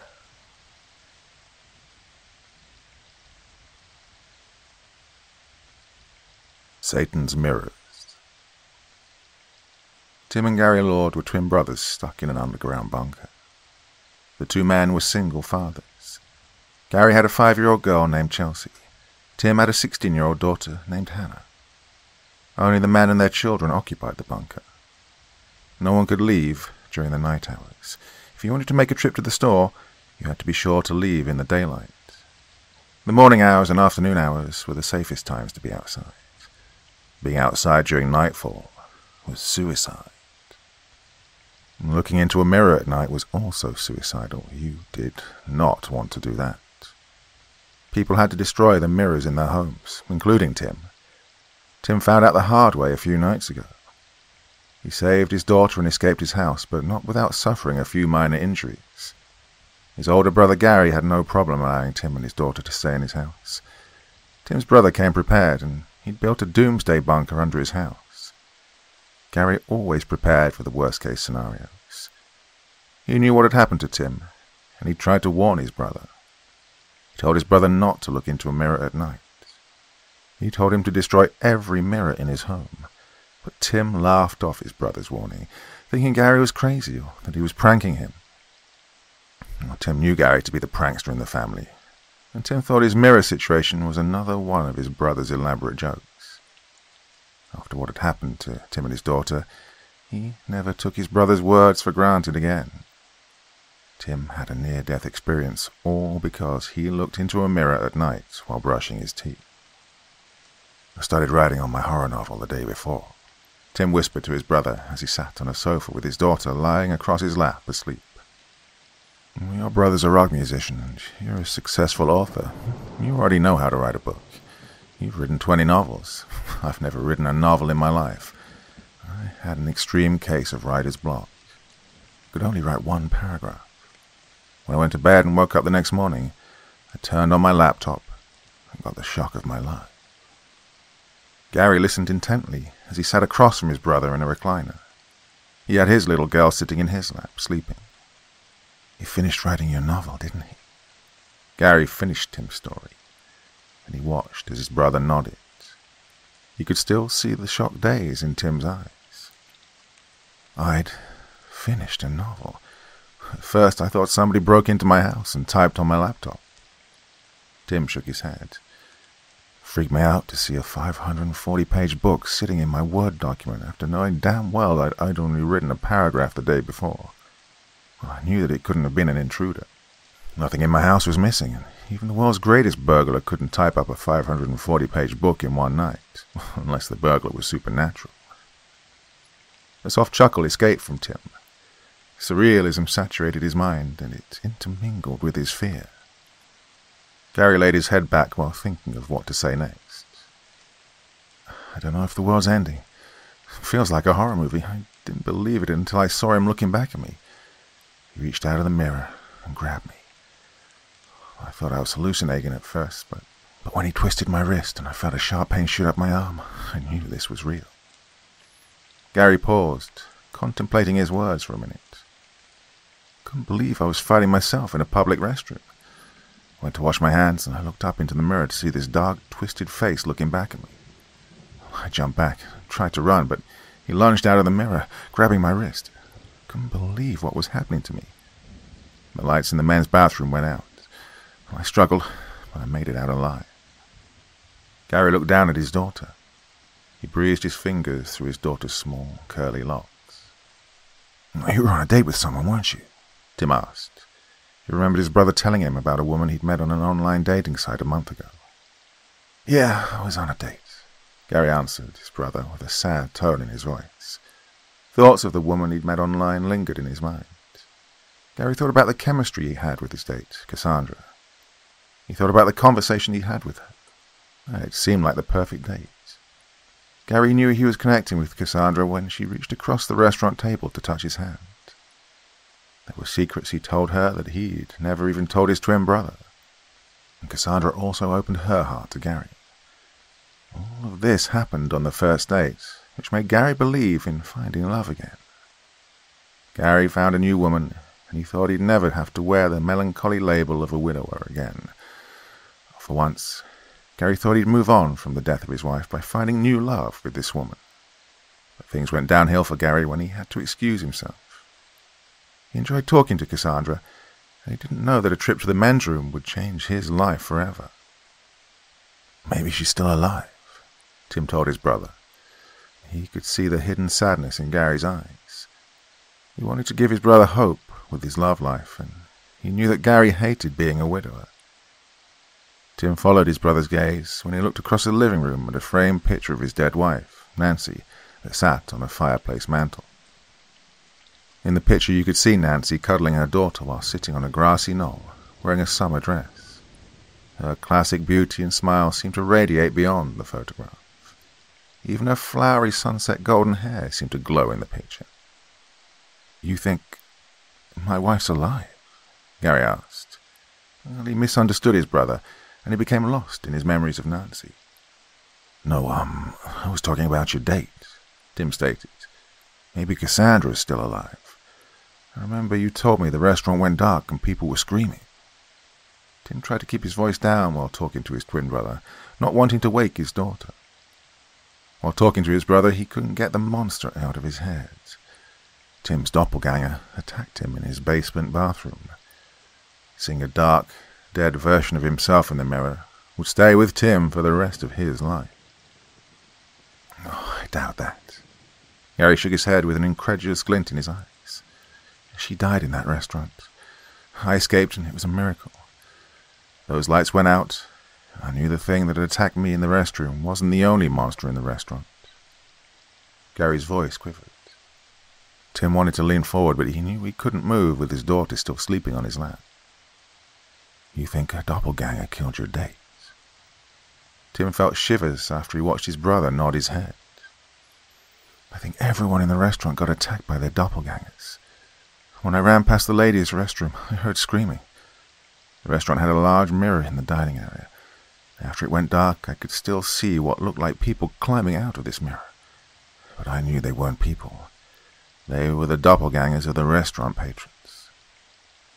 Their doppelgangers attacked them, just like mine attacked me. What do you do when you see yourself as a dead, rotting corpse in a mirror? I'm pretty sure some people in that restaurant froze when they saw those ugly versions of themselves. Some people ran for their lives, while others were probably less fortunate, like my date, Cassandra. Gary was still stroking his fingers through his daughter's hair, and he kept shifting his eyes over to a group of security monitors which displayed camera surveillance of every square inch of his house, inside and out. A holographic flat-screen TV sat next to Gary's security monitors. Horrible news headlines scrolled across the television screen. The headlines and news reports showed camera footage of people being attacked on the street and in their homes by their zombie doppelgangers. Some videos were too graphic to show. In some videos, it showed people being killed by other people's doppelgangers. Every one of them had superhuman strength. They could lift 10 times their body weight. Getting into a fight with a doppelganger would be the equivalent to getting into a fight with a group of men. Sunlight was a weapon that could save you from them, however. But Gary didn't have sunlight to save him from his doppelganger.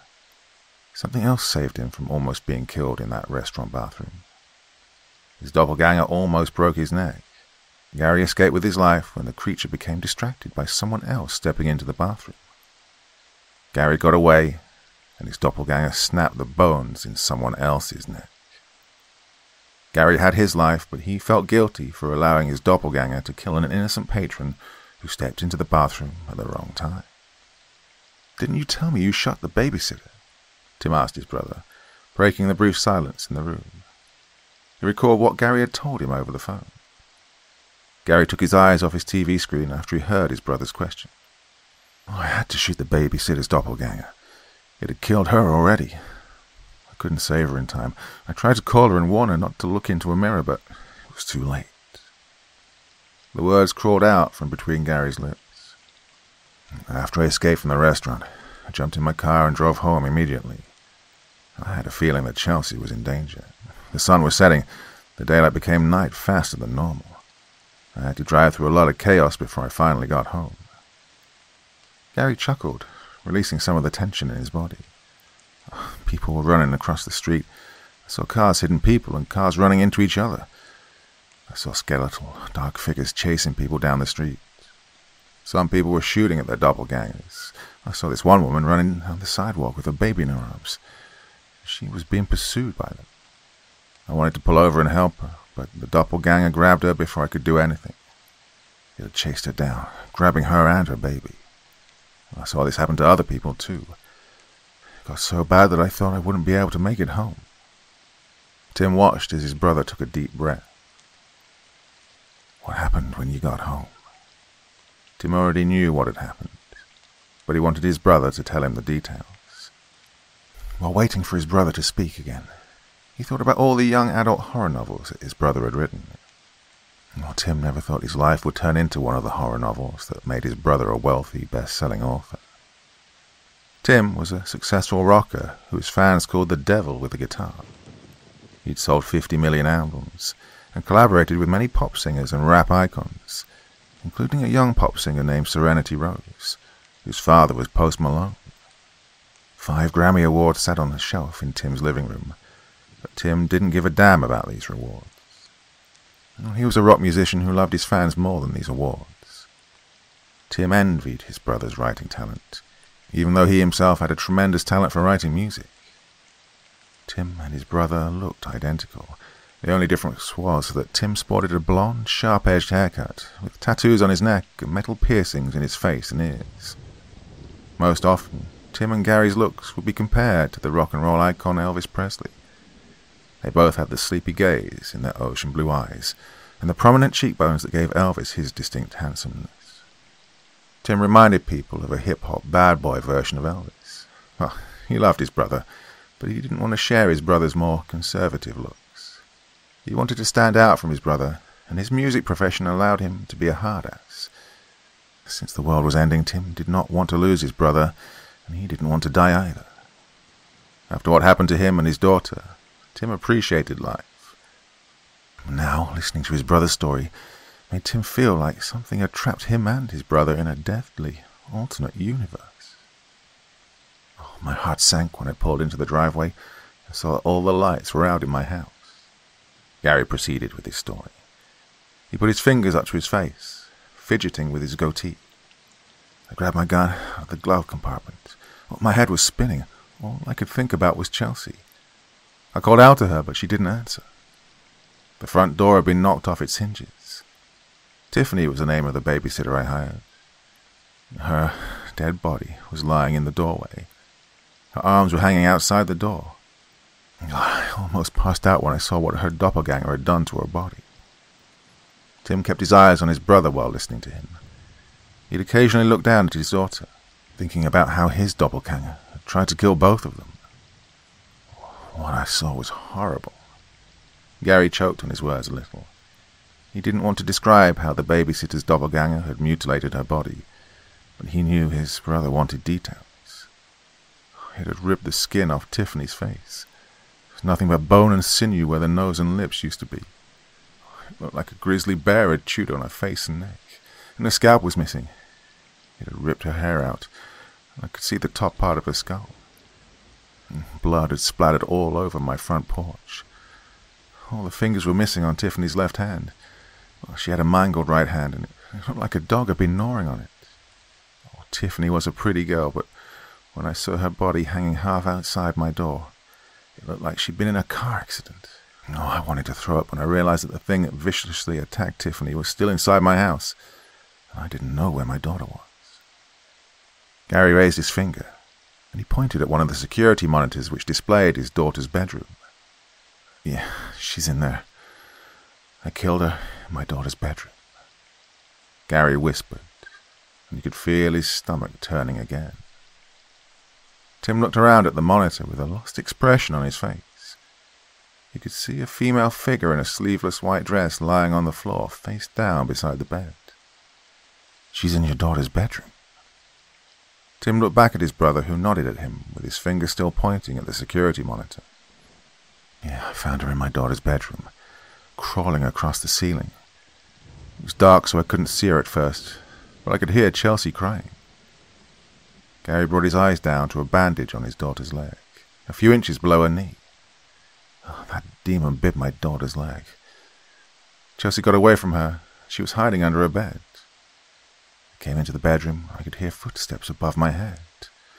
My daughter was crying, but I could hear the doppelganger singing a lullaby to her while she was crawling back and forth across the ceiling. She leaped down, and that's when I opened fire. I shot her 6 times. After I shot her, she stood there for the longest minute in my life, glaring at me through black, hollow eyes. She curled back her lips, and I saw she had rows of spikes for teeth. I could see the bloodstains on her teeth, and her gums were black. It was like I was looking at Tiffany's corpse that had arisen from a graveyard somewhere.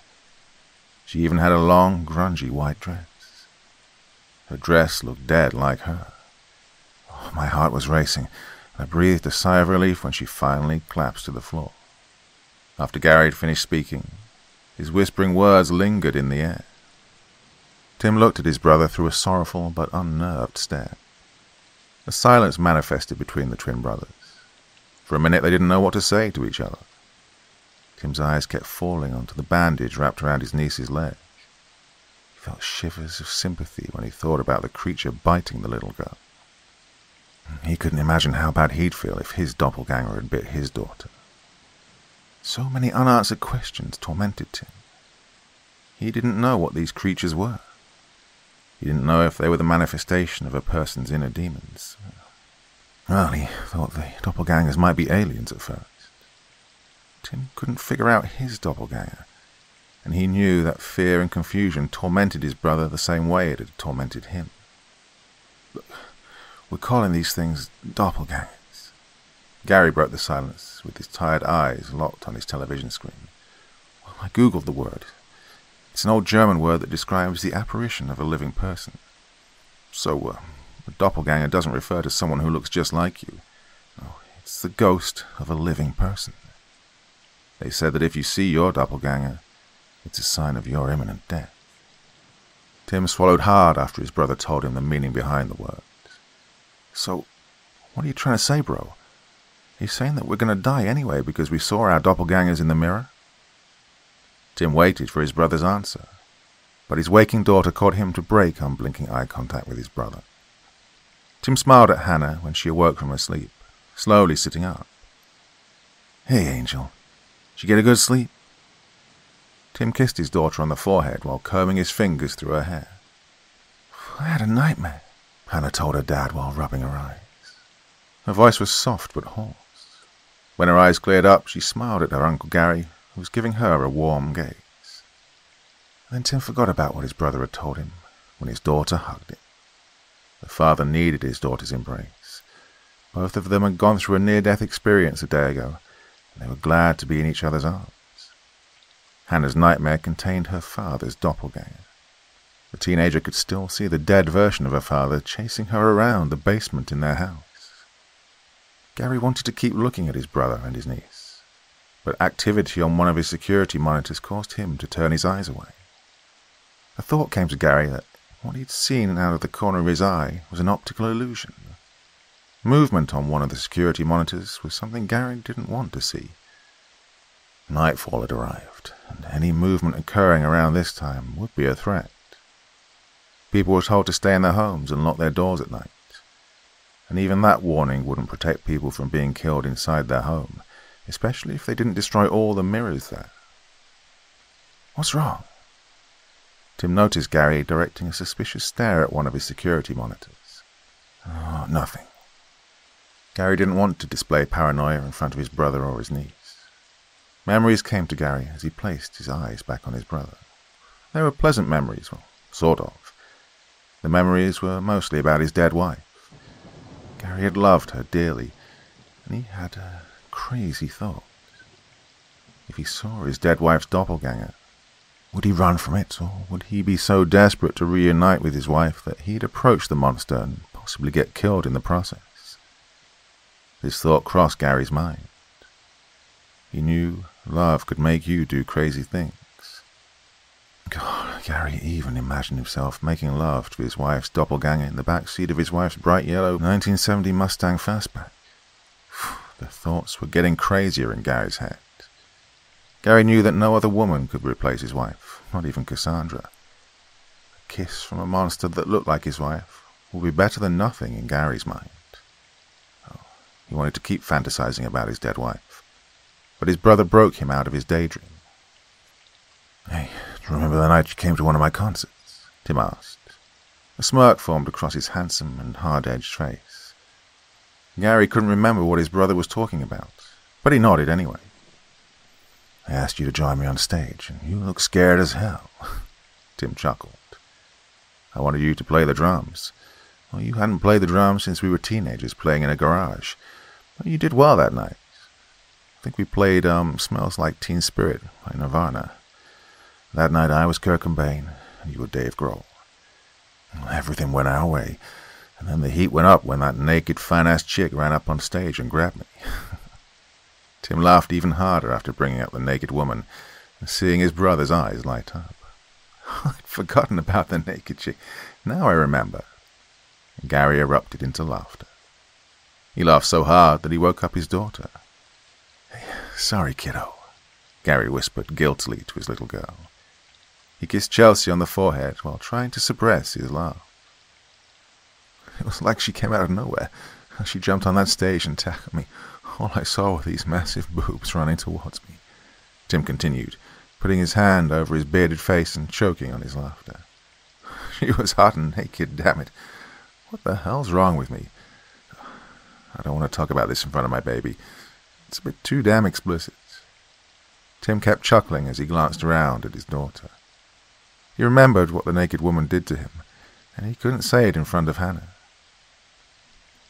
"I won't say it in front of our babies. They're too young to hear this stuff." Tim pointed at his daughter and his niece. Hannah's ears tingled. She hugged her father's arm tighter after pinning her silky, dark almond hair behind her ears. "Can you tell me a little?" Hannah tried to coax the story out of her father, and she gave him a disappointed look when he shook his head.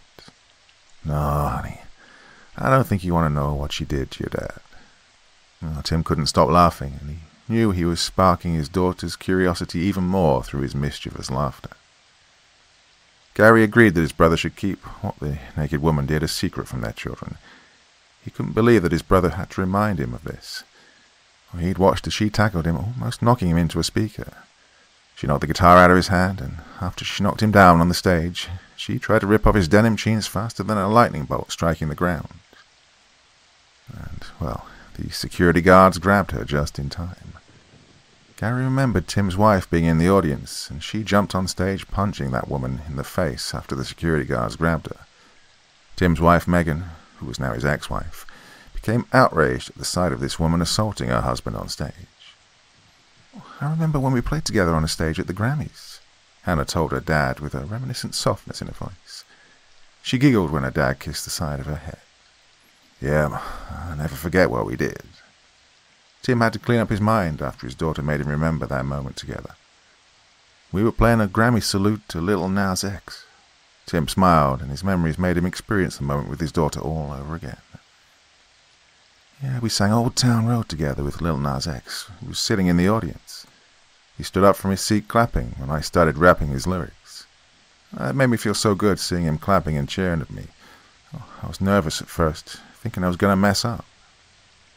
Hannah could still see Lil Nas X in the audience cheering at her and her father. She remembered the rap star running up on stage and giving her a big hug after they finished their tribute performance. I remember that night vividly.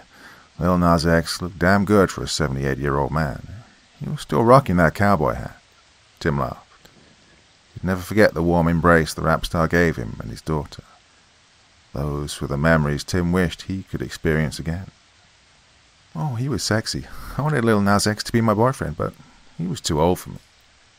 Hannah shrugged her shoulders, letting a playful giggle escape from her. She held her father's hand on top of her knee. Hannah studied the tattoo of a spiderweb that scaled up her father's muscular forearm. The teenager affectionately stroked her fingers across her father's arm, and she briefly forgot about the doppelgangers she saw attacking people on the streets, and the screams she heard echoing from people's houses. Hannah forgot about her father's doppelganger, but it would only be for a moment. Yeah, getting grabbed by a ghastly humanoid monster that shared your father's physical traits was something you could never forget. His musty scent, his pale, translucent skin, and his pointed teeth were the attributes Hannah remembered the most on her father's doppelganger.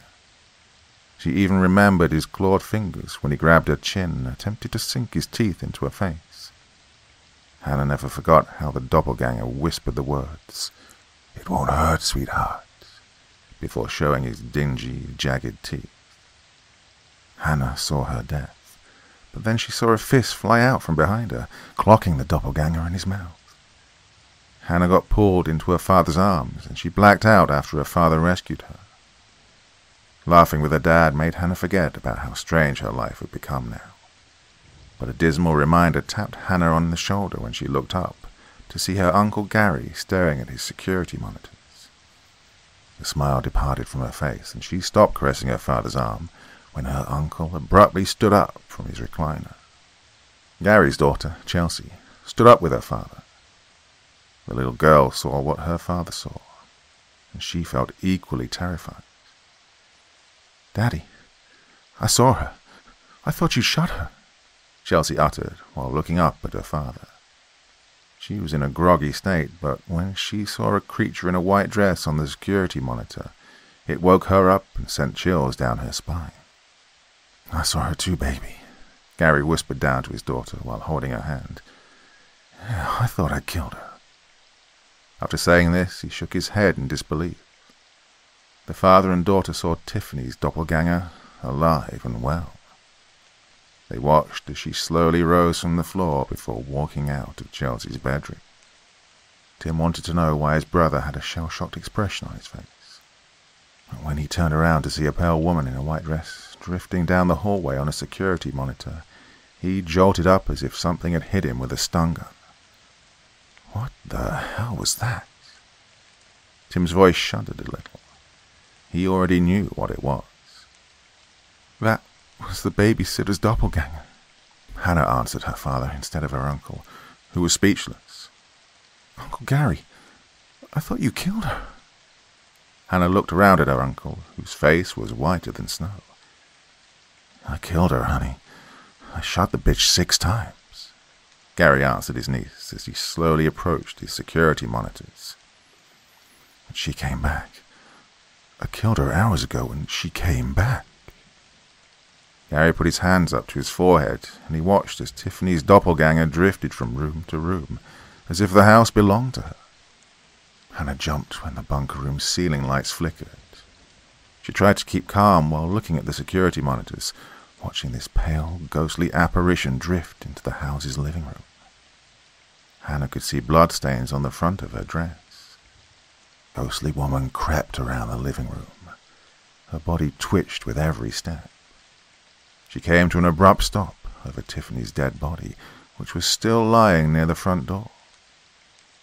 The doppelganger tilted her head while looking down at the babysitter's body. She crouched down over Tiffany, with her eye sockets scanning the dead young woman from head to toe. After studying Tiffany's dead body for a while, it crawled up on top of Tiffany before digging her teeth into Tiffany's neck. She was finishing what she'd started. Tim looked away from the security monitor, and his stomach twisted. "My God," Tim gasped before sitting back down on the sofa in shock. "She's eating her." Hannah stated the obvious, and her young mind couldn't believe what her eyes were showing her. Gary covered his daughter's eyes.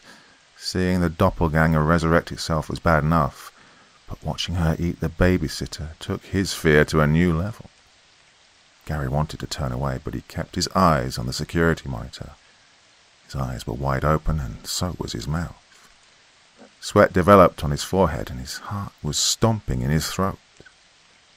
Hannah's body became frozen after she saw the doppelganger biting into the babysitter's neck. She still had her eyes on the security monitor screen. Watching this doppelganger feast on a dead human body was the most disgusting thing Hannah had ever seen.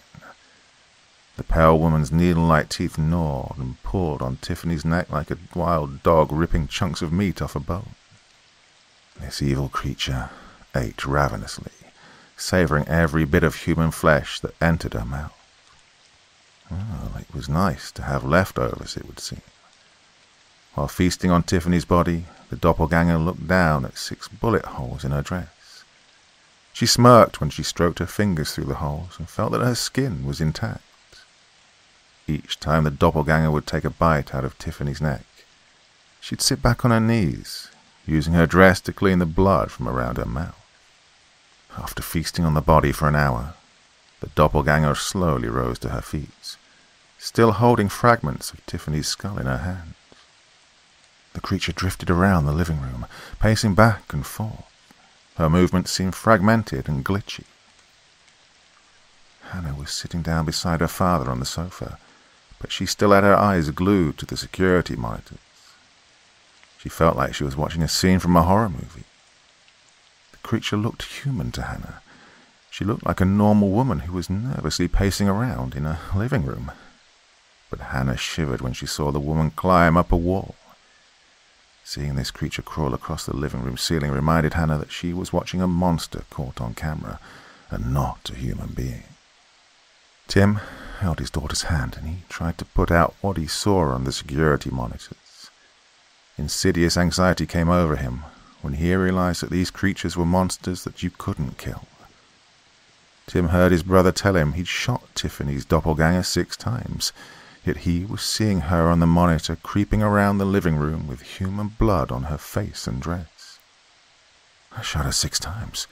I watched her fall to the floor. She was dead." Gary was still standing motionless in front of the monitors with his daughter's arms wrapped around his waist. Chelsea had her arms locked around her dad, and her innocent eyes studied the creature's every move on the monitor. Her heartbeat sped up when she thought about the doppelganger and what it had done to her leg. Chelsea had witnessed the death of her babysitter, Tiffany. It had all happened when she'd gone to the bathroom. Chelsea enjoyed watching movies and eating pizza with Tiffany, and she enjoyed playing hide-and-seek with her babysitter.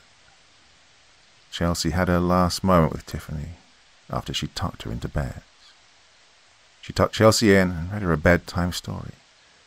After kissing Chelsea goodnight, Tiffany had left the child's bedroom, making her way to the bathroom. Chelsea'd heard her go in, and the little girl didn't know then that she was seeing her babysitter for the last time. Chelsea had leapt up in her bed when she'd heard an ear-piercing scream coming from the dark hallway. The child crawled out of bed, and she stepped into the hallway when she heard Tiffany running down the stairway as if something was chasing her. Chelsea could hear a second pair of footsteps stomping behind. At first, Chelsea thought an intruder had broken into the house. She heard banging and crashing taking place in the stairway. This quickly moved into the living room. In Chelsea's ears, it sounded like a war zone had broken out in the house. The sound of glass breaking and furniture being tossed around shook Chelsea's nerves. Tiffany's screams almost caused Chelsea to have a panic attack. The little girl followed the screams until she reached the bottom of the stairway.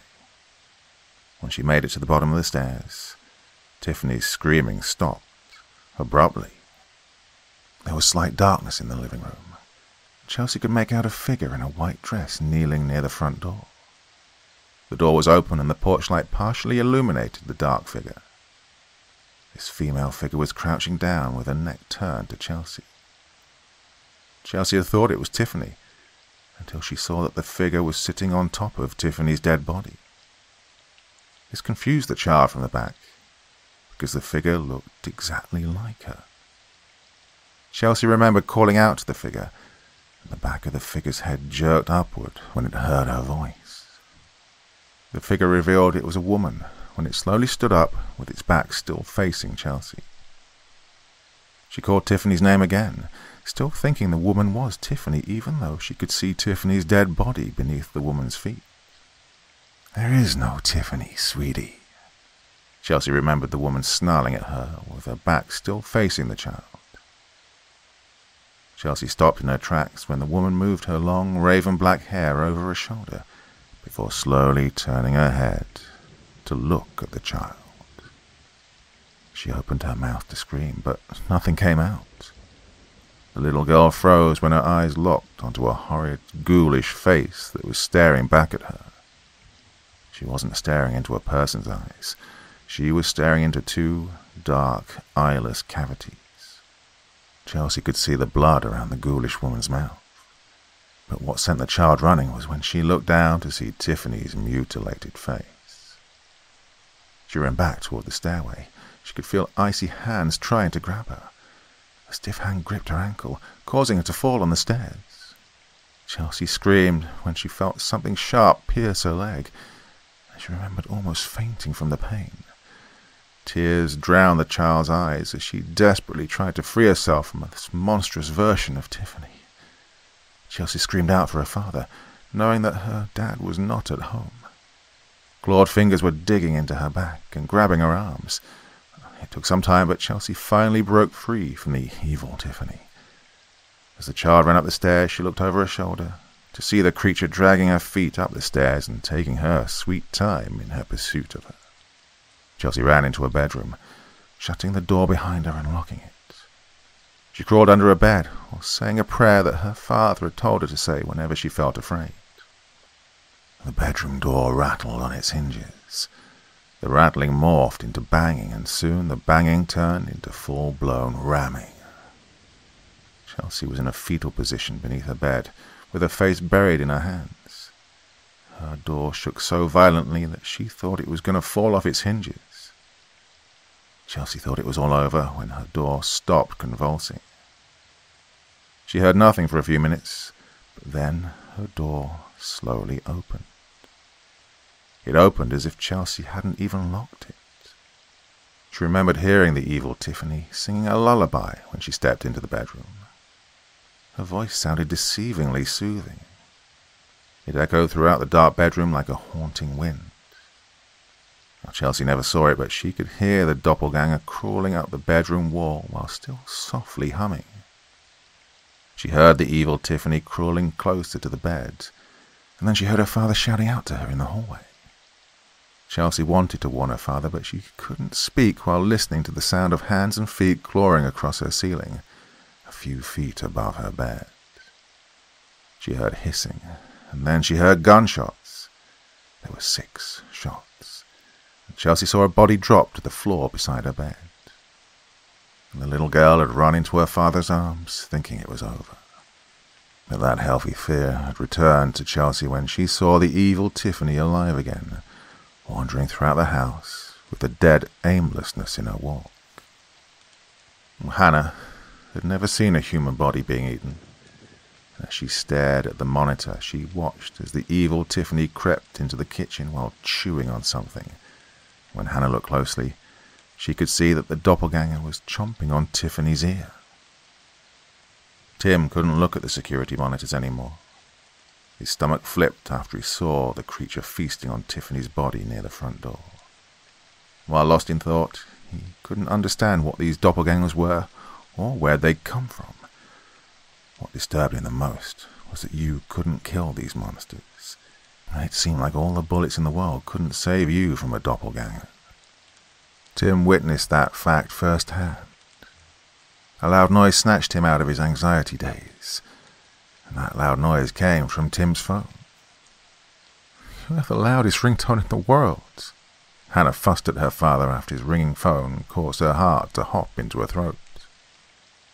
Hannah cracked a slight smile, even though the ringtone rattled her nerves. "Sorry, sweetheart." Tim kissed his daughter's forehead while hastily removing the phone from his pocket. It shocked Tim when he saw who was calling him. His ex-wife, Megan, rarely called him, and something felt wrong. When Tim answered his phone, he couldn't say a single word because his ex-wife spoke so rapidly. "Tim, honey, I need your help." Megan's whispering words bombarded Tim's ear. Now, when your ex-wife calls you honey, it means she's in serious trouble. "I was trying to reach you. I went to your house, but you weren't there. Something was in your basement, and it chased me out of the house." Megan sounded out of breath while whispering through the phone. "Where are you?" Tim asked his ex-wife while standing up from the sofa. "I'm in my car, parked in front of your brother's house." Megan swallowed hard. "The front door's open. I can see a woman crouching in the doorway. I think she's looking at me."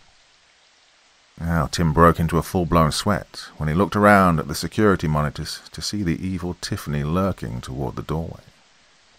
He could see the doppelganger fixating its eyes on something else. "I went to your house and your door was open. I went inside. I heard banging coming from the basement." Megan's voice shivered behind her words. "I went downstairs and I unlocked your basement door. I stupidly thought it was you banging on the door to try and get out." Megan paused for a minute, taking a deep breath. "I opened the door, and this tall anorexic man chased me up the stairs. I think it was a man. It looked like you, if you died 30 years ago and came back. Richard was in the house with me. He tried to protect me, but you this monster that looked like you killed him. It grabbed Richard and it ripped out his throat. I tried to save him, but it was too late. I had to get out of there." Tim held the phone for a minute after his ex-wife told him what had happened to her husband. He wanted to tell Megan to stay in her car and wait for him, but he didn't really know what to do. His thoughts were misfiring. He was safe in the underground bunker, and the thought of leaving it to help his ex-wife, it harassed him. Gary could hear a woman's voice emerging from Tim's phone, and he knew it was his brother's ex-wife, Megan. There was something wrong, but Gary couldn't quite figure it out. "I'm afraid." Megan kept gulping between her words. "I got out of my car, and I'm walking to the back of the house." Tim bit his tongue after his ex-wife told him she was walking to the back of the house. He didn't want Megan to enter because he knew about the danger waiting for her inside. "That woman I saw crouching down in the doorway didn't see me. She turned around and went back into the house." "Who was that woman?" Megan's whispering wavered from walking swiftly and talking at the same time. "Look, that woman you saw is dangerous. It's the babysitter's doppelganger," Tim tried to explain. "Now listen to me. Go to the back of the house, but don't go inside. I'll come out to meet you. Stay as quiet as possible." Tim instructed Megan with his eyes stuck on the security monitors. He could see the evil Tiffany in the living room, chewing on more body parts that she'd removed from the dead Tiffany. "Babysitter's doppelganger? What's a doppelganger?" Megan didn't let her shortness of breath prevent her from asking questions. Tim was about to answer his ex-wife, but his phone died at the wrong time. "Look, They're monster versions of us, and they appear in mirrors. That's what a doppelganger is, Tim told his ex-wife, not knowing that he'd lost his connection. He cursed under his breath when he saw that his phone had no battery life. Oh, it died on me, piece of shit phone. Tim tossed his dead phone on the sofa, tried to figure out how he could meet up with his ex-wife without attracting deadly attention. "That was Mom?" Hannah asked with panic in her voice. She watched as her father slowly nodded his head. "Where is she?" Now, the 16-year-old wanted to stay calm, but she didn't want her mother to come into the house and get killed by the evil Tiffany. Hannah witnessed what the doppelganger could do to a human body. She didn't want her mom to get eaten alive on camera. "Is she inside the house?" Gary asked. He still had his little daughter's hand, while giving his brother an intense stare. "That thing is in my living room. It's going to kill her if she goes inside the house." Gary spoke fast, and he was unaware of his raised voice. "I told her not to come into the house," Tim yelled back at his brother. "I'm going to meet her outside near the back." A more gentle tone then enveloped Tim's voice. He didn't want to yell at his brother and agitate the situation even more. "You can't go out there. She'll kill you. That creature will eat you." He couldn't believe his negative words. Positivity would usually befriend Gary's personality, but his worst thoughts nagged at him as he struggled to realize that a cannibalistic monster he had killed was alive again and wandering around his living room. Hannah hugged her father's arm when she thought about him being outside the bunker. She wanted to save her mom, but she didn't want her father to leave. Hannah's heart was pounding against her chest, but she became determined to go with her father. "She's not going to kill me," Tim stated with confidence. "She's in the kitchen, and I'll be near the back of the house. I'll be perfectly quiet." Tim pointed at the monitor, which displayed surveillance of the kitchen. He ignored the chills on the back of his neck when he saw the evil Tiffany standing motionless in the middle of the kitchen. "What's she doing?" Hannah whispered up to her father, with her eyes locked on the screen. She thought a glitch had frozen the video, until she saw the doppelganger's shoulders rising. "I don't know, but I have to go out there and get your mom." Tim's heart collapsed when he saw all the blood drain from his daughter's pretty face. He saw her struggling to hide her panic. "I'll go with you," Hannah said, hastily grabbing her father's hand and hoping that he wouldn't object to her leaving with him. The teenager knew her father would put up a fight. "No, you can't go with me. It's not safe, baby." Tim touched his daughter's chin and he tried to free himself, but Hannah had a firm grip on his arm. "I have to go with you. I can help you just in case something happens."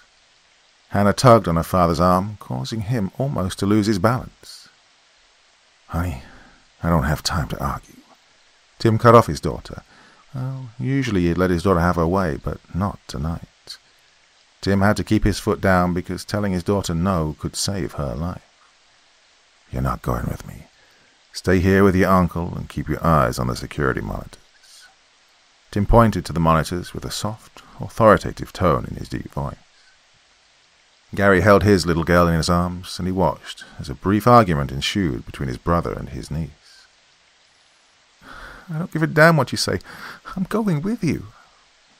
Hannah tightened her grip around her father's bulky arm.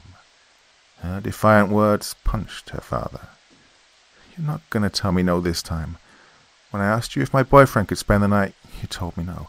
When I wanted to go to the movies with my girlfriends last Saturday, you told me no. I wanted to borrow the car last weekend, you told me no.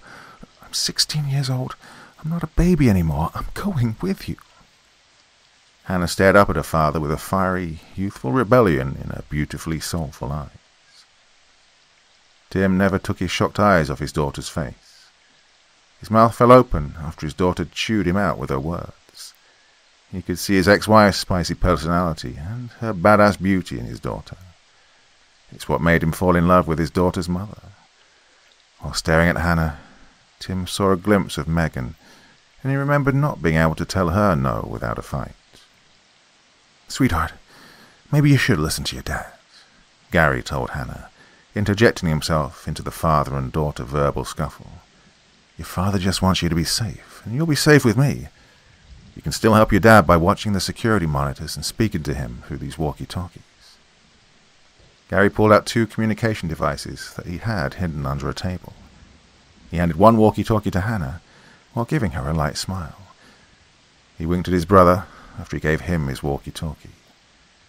He knew that he'd saved Tim from his daughter by calming her down. "I want to go with you, but since my uncle wants me to stay, I'll stay." Hannah had a tremble in her voice that would appear every time she glanced around at the security monitors to see Tiffany's doppelganger lurking around in another part of the house. "Daddy, I'm scared." Hannah turned back around, throwing her arms around her father. "I don't want you to get killed." Hannah tightened her arms around her father's waist while gazing up at him through her teary, indigo-green eyes. Well, the teenager kept imagining the evil Tiffany killing and eating her father on one of the security monitors. She tried to knock the gruesome image out of her head. Hannah wanted to stay positive, but she kept thinking about her father's doppelganger and how he had tried to eat her face. "Everything's going to be fine." Tim kissed his daughter on the forehead. "We have walkie-talkies, thanks to your uncle. We can still communicate with each other. I'm going to go get your mum, and all you have to do is keep your eyes on the monitors. If you see her getting close..." Tim paused for a minute, pointing to one screen which displayed the monster crawling across the kitchen floor. "You just let me know on the walkie-talkie. Just hold down that button on the side and tell me what's going on. You'll be my lookout." Tim smiled down at his teenage daughter while caressing her chin. He smiled at how his daughter reflected him in the way she dressed. He called her the girl with the dragon tattoo because of her gothic lace dresses and her black leather skirts. Tim studied how the ring in his daughter's nose, the hot pink streak in her hair, and her skull earrings accentuated her exotic beauty. "You think you're not a baby anymore? Oh, guess what, little lady? You'll always be my baby no matter what," Tim told his daughter before leaning down and kissing away a tear on her cheek. He gave Hannah another long kiss on her forehead before slowly turning to make his way toward the bunker's door. Hannah's arms fell beside her slender waist after she let go of her father. She swallowed a few of her tears while turning around, unable to watch him leave the bunker. Hannah would gasp hard whenever she'd attempt to stop herself from crying. The teenager brushed her hair behind her shoulders, and she cleaned the water out of her eyes before surveying the monitors. Hannah would still have time to see her father leave because there was a camera above the bunker's door. Her eyes fell on the screen that showed her mother brushing dirt off her dress and jacket while standing on the backyard deck, patiently waiting for her father. Hannah stroked her fingers across that security monitor that showed her mother, and she prayed for a miracle when she saw the evil Tiffany on another screen, creeping back into the house's living room. The monster had an arch in her back, and she kept her head twisted to one side. Hannah took her eyes off the monster when she felt small fingers easing into her palm. A smile formed across her lips as she glanced down to see her little cousin Chelsea standing beside her. Hannah knew that the little girl was trying to comfort her, and she wrapped her arms around the child, thinking of Chelsea as the little sister she'd always wanted. "Please, be careful. Don't make me a father of 2 girls instead of 1. Gary whispered in his brother's ear while giving him a powerful hug with his arm embracing the back of Tim's neck. Tim affectionately tapped his brother on the chin with his knuckles. "I'll be back. Just take care of her while I'm gone," Tim whispered back to his brother before patting him on the shoulder. He was about to turn the door when he froze as his brother pulled out a small .22 caliber revolver he had tucked in the back of his jeans. "What the hell am I supposed to do with that?" Tim gave his brother a nervous smirk. "You shot her 6 times as you came back from the dead. A gun can't save me." There was a certainty in Tim's words as he shifted his eyes between the gun and his brother's face. "Just take the damn gun." Gary took hold of his brother's hand before slapping the gun into his sweaty palm. "I didn't shoot her in the head, so you can try doing that."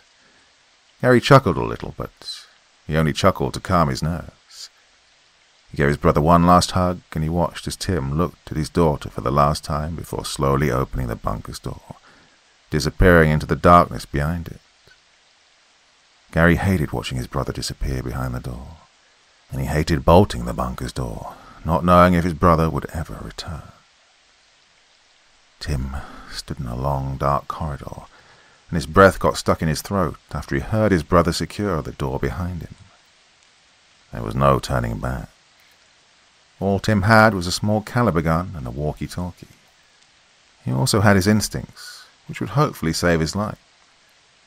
Tim began his journey down a long underground tunnel that would lead up to the house's basement. Tim was about to test his walkie-talkie, but before he could speak into the device, his daughter's soft voice emerged from the receiver, causing him to flinch a little. "Dad, can you hear me?" Hannah's whispering voice vibrated the walkie-talkie. "Yeah, sweetie, I can hear you," Tim replied to his daughter while trying to hide the tremor in his voice. "Is Mom still at the back of the house?" Tim whispered into the device while listening to his footsteps echoing up and down the dark tunnel. "Yeah, Mom never moved. She's still sitting on the deck. She looks really scared."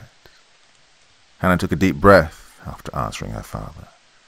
"Well, I don't blame her. I'm scared too, but I've got a good feeling about this." Tim tucked his brother's gun into his waistband while holding the walkie-talkie in front of his lips. "Where's the monster? She's still in the living room?" Tim didn't want to think about the cannibalistic creature lurking around his brother's house, but he needed to know her location for his safety and the safety of his ex-wife. His daughter's reply almost had him stop in his tracks. "She's in the living room, eating Tiffany's body again. She dragged the body out of the doorway and she's chewing on Tiffany's stomach. I had to look away. I'm looking at Mum right now." Tim could hear his daughter swallowing hard between her whispering. 4 minutes passed before Tim reached the ladder. When he started climbing it, he heard his daughter gasp. "What's the matter, sweetheart?" All the muscles in Tim's body tightened as he waited for his daughter's reply. An answer didn't come right away. "Hannah, what is it, baby? Are you there?" Tim held on to the ladder and he checked his walkie-talkie to make sure the light was still on. His daughter became so quiet that he couldn't even hear her breathing. After a minute, Hannah finally told her father what she'd seen. "I saw your doppelganger. He broke into the house through the bedroom window." Hannah gave her father the unpleasant news. "I'm watching him now. He's walking down the hallway toward the living room. Daddy, he doesn't even look like you anymore. His body just looks like it's rotting. He just walked into the kitchen. Oh, he's nothing but a tall skeleton wearing a red plaid shirt and blue jeans. I can see something in his hand. It looks like... Oh, I think he's holding a sledgehammer. He must have gotten it from your tool shed." Hannah stuttered. "Daddy, please be careful." Hannah's panic exuded through the walkie-talkie. Tim lost his ability to think for a moment. He quickly gathered himself, remembering that he had to save his ex-wife, and he had to do it quietly. "I locked him in the basement. Oh, but your mom told me she accidentally let him out. She went to the house looking for me, and she heard banging in the basement. She must have thought it was me trying to escape." Tim's heavy breathing intensified his words. "Oh, he must have followed her here. Got to get your mom before he does." Tim told his daughter everything as he continued to climb the ladder. When Tim opened the tunnel's hatch door, he saw a rat scurry across the basement floor, which almost caused him to fall off the ladder and back down the tunnel. Why would Mom go to the basement? Why'd she let him out? What was she thinking? Hannah fussed, not out of anger, but fear. "Your Mom didn't know, honey," Tim whispered to his daughter as he tiptoed through the bleak darkness in the basement. "Your Mom thought it was me. She probably called out to him, and then she heard my voice, not knowing that she was hearing the voice of a creature that was imitating me." Tim wiped away a drop of sweat that fell into his eye. Then reached into his denim jeans, pulling out his brother's gun when he heard a loud crash upstairs.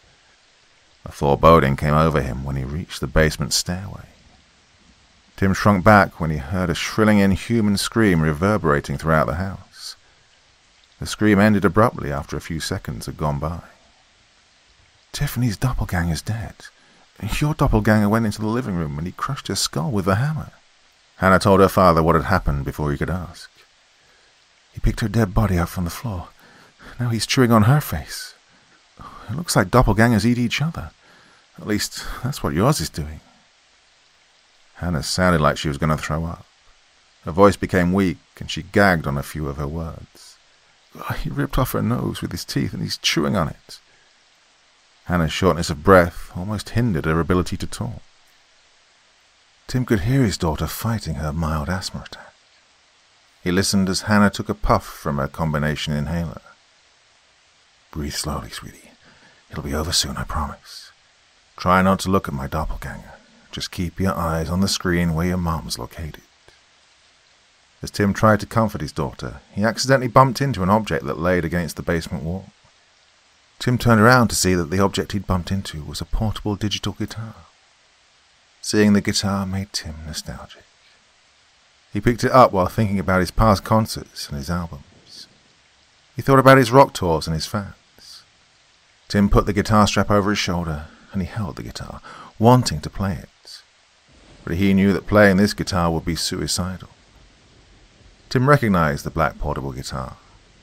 It used to be his, but he'd given it to his brother as a birthday present. Tim had a gallery of guitars at his house, and he didn't mind giving one to his brother.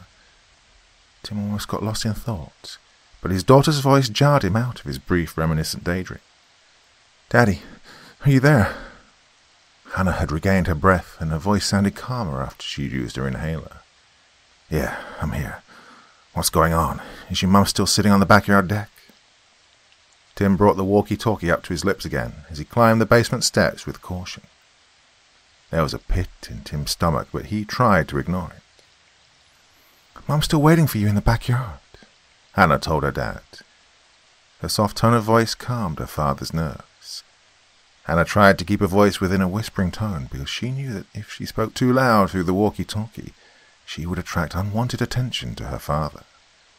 Hannah also tried to ignore the troubling thoughts that intruded upon her. "I'm walking up the basement stairs now," Tim informed his daughter. He glanced up at a camera installed above the basement doorway. Peace of mind briefly embraced him when he knew that his daughter could see him. A massive hallway greeted Tim at the top of the basement stairway. He forgot that his brother lived in a mansion. Expansive mosaic paintings decorated the hallway's walls. Tim had his brother's revolver clutched tight in his left hand, with his portable guitar securely hooked around his muscular shoulder. Walking down the monumental hall made Tim feel like he was walking down the hallway of a cathedral. The mansion's roof had a skylight window, and the moonlight danced along the walls and the hallway's floor. Tim walked past a few bedrooms and a couple of bathrooms. He had a big house, but his brother's house always reminded him of a hotel. The hospitable warmth that used to grace the atmosphere in his brother's home had departed, and a stagnant scent of death lingered in the air. Tim's sense of foreboding increased. It was worse now than a pressure cooker. His healthy fear was appropriate since he knew that his doppelganger was in the house with a sledgehammer. Death almost punched Tim in the face when he saw his doppelganger for the first time in his basement bathroom mirror. He remembered dropping his toothbrush in the sink when the evil Tim reached out of the mirror, grabbing his throat. It was a surreal moment for Tim to see a bony man with pale, translucent skin and hollow eyes staring back at him. He kept thinking about his brother telling him to destroy all the mirrors in his home and stay away from any mirror at night. His brother even told him to destroy the mirrors in his car. Tim had almost died in his house, and the doppelganger had almost killed his daughter. He knew that the deformed man that lunged out of his mirror and attacked him was not human. Tim thought about how his doppelganger almost snapped his arm in half. He'd made it out of his bathroom by the skin of his teeth. He still had the bruises on his arms and neck from wrestling with his doppelganger. It was like wrestling with the bogeyman or the devil. The pain of being hurled into his bathroom wall still radiated through Tim's psyche. He also reflected on what his doppelganger had whispered to him after knocking him into the wall. "There's not enough room in this world for both of us." The monster had hissed those words into Tim's face as he lifted Tim from the floor by his throat. The only thing that saved him was his daughter rushing into the bathroom when she heard the commotion. Tim had to rescue his daughter. He watched the creature grab his daughter's face with his claws around her small chin. He leapt from the floor, punching this doppelganger, after he saw that the monster was about to sink his fangs into Hannah's forehead. Hannah had fainted after she saw the dark and gruesome version of her father, and her actual father had to carry her out of the house. Now Tim's man cave was in his basement, and that's where he'd locked his doppelganger. His ex-wife had ruined everything by going into the basement and unleashing his dark side, literally. Daddy, your doppelganger's standing on the front porch. He's looking across the street at Mum's car. I think he knows that she's here. Hannah whispered intensely. He walked off the porch and now he's standing in the driveway, still staring at Mum's car. Oh, he moves really fast. Tim could hear the panic returning to his daughter's voice. He tried to jog down the long hallway, and he shivered when he passed the hallway that led to the living room. Some of the hallways intersected with each other, and each hallway would guide you to different locations within the house. It was like walking through a luxurious maze. Tim finally found the hallway that would guide him to the backyard. He froze in the middle of the hallway when he heard a monstrous, non-human voice echo throughout the house. "Flesh of my flesh, the bone of my bone, I am you and you are me. We will be together once again. Just wait and see." Tim knew it was the voice of his doppelganger. The voice was reverberating within itself as if multiple men were talking in unison. Tim had to move fast, especially after he heard his doppelganger call out to him. The monster could smell Tim in the house, and the clock was ticking. "Oh my God, Tim!" Megan whispered excitedly while wrapping her arms around her ex-husband. She jumped at first when she saw him emerge from behind the house's backsliding door. "What took you so long?" Megan fussed. Well, she never thought she'd be kissing and hugging her ex-husband again. Tim couldn't believe that he was embracing and kissing his ex-wife. "You okay?" Tim stroked his fingers through Megan's cinnamon blonde hair, which she missed doing. Well, there's nothing like a monster apocalypse to help reunite you with your ex-wife. This was the humorous thought that arose in Tim's mind. "I can't believe I'm hugging you after you put me through that nasty custody battle. You almost took Hannah away from me. Told me I was an unfit father to my face." Tim kept the bass out of his voice as he spoke to his ex-wife through an incredulous chuckle. Megan put her hand on her hip while affectionately grabbing Tim's chin.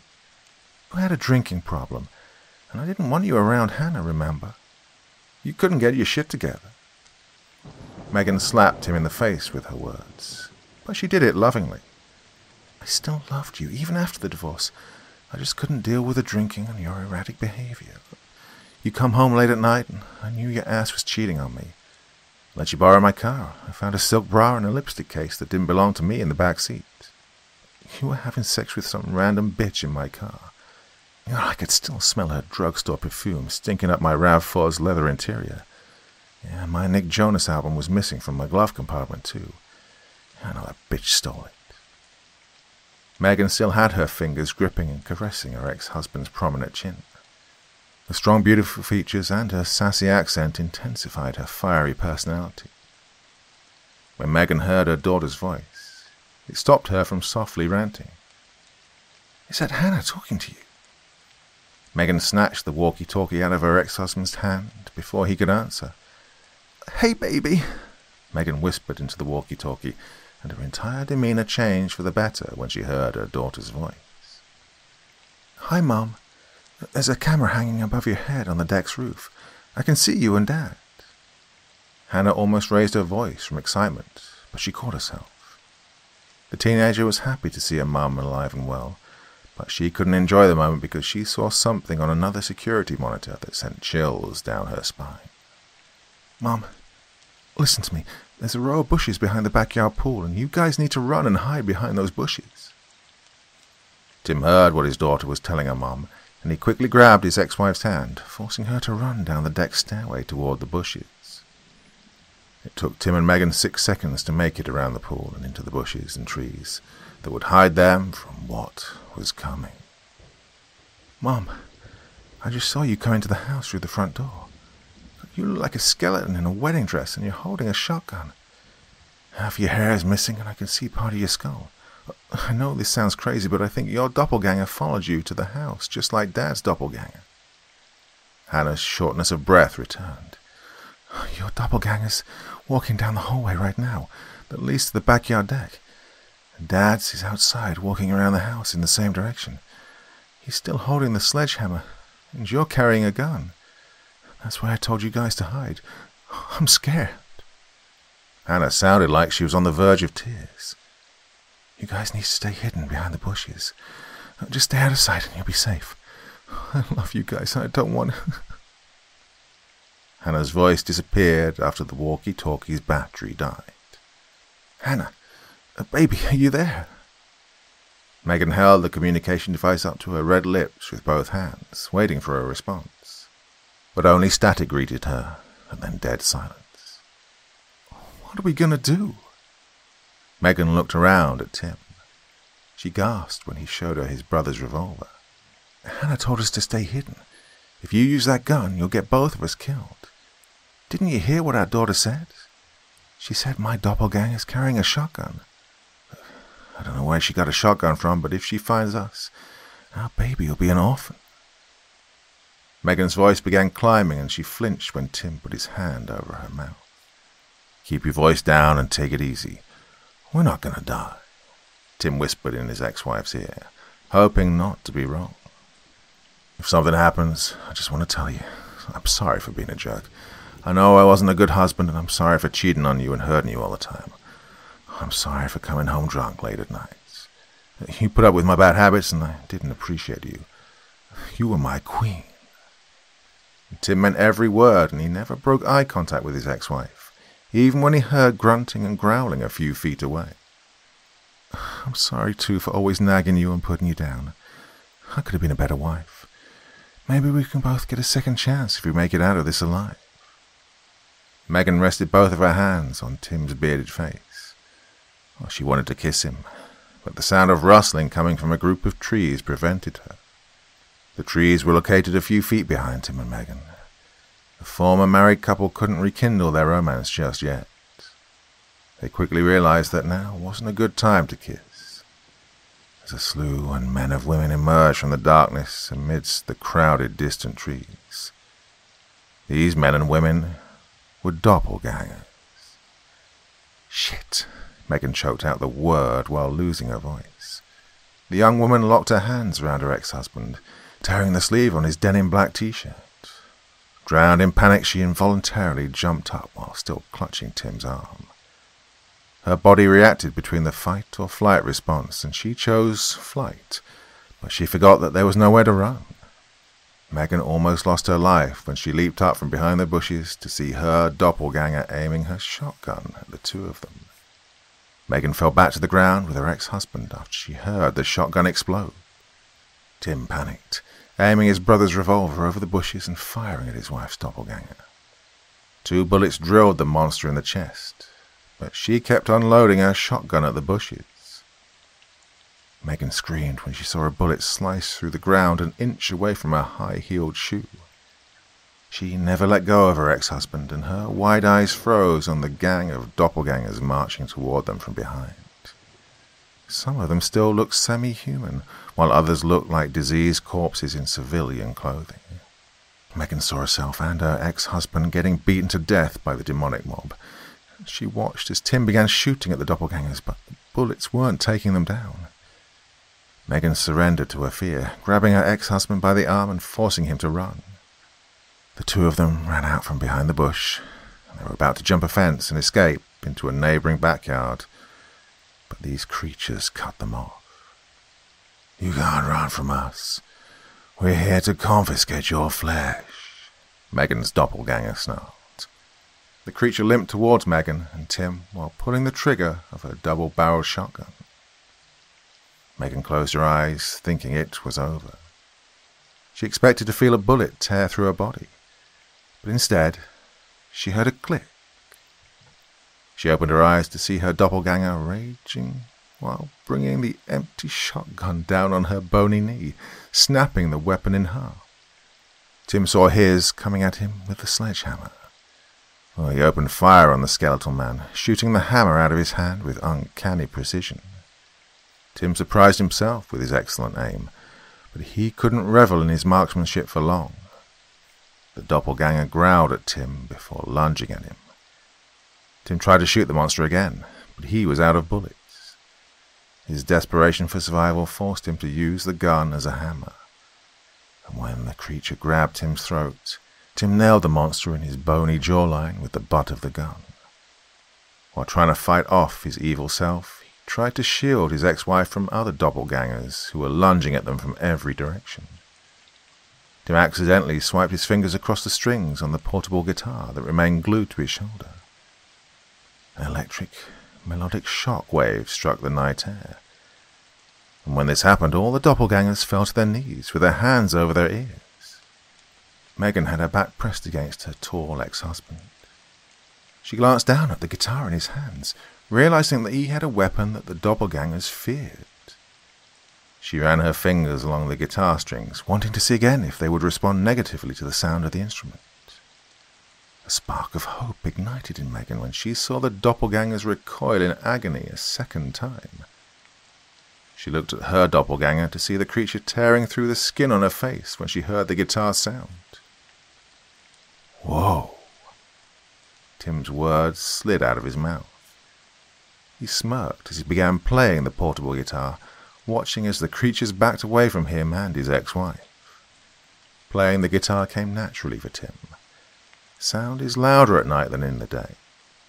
And Tim knew that his guitar playing would be louder at night because of the change towards sound refraction caused by the reversal of the temperature gradient from day to night.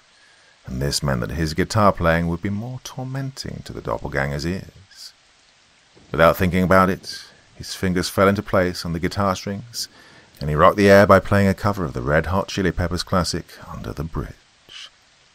Tim loved this alternative rock song and its sparse, minimalist guitar riffs. It was his inspiration. Megan stood close behind her ex-husband, with her hand on his arm. She looked around at the creatures, watching as they wailed and screamed at the sound of the guitar. Megan's mouth dropped open when she saw a doppelganger erupt into flames.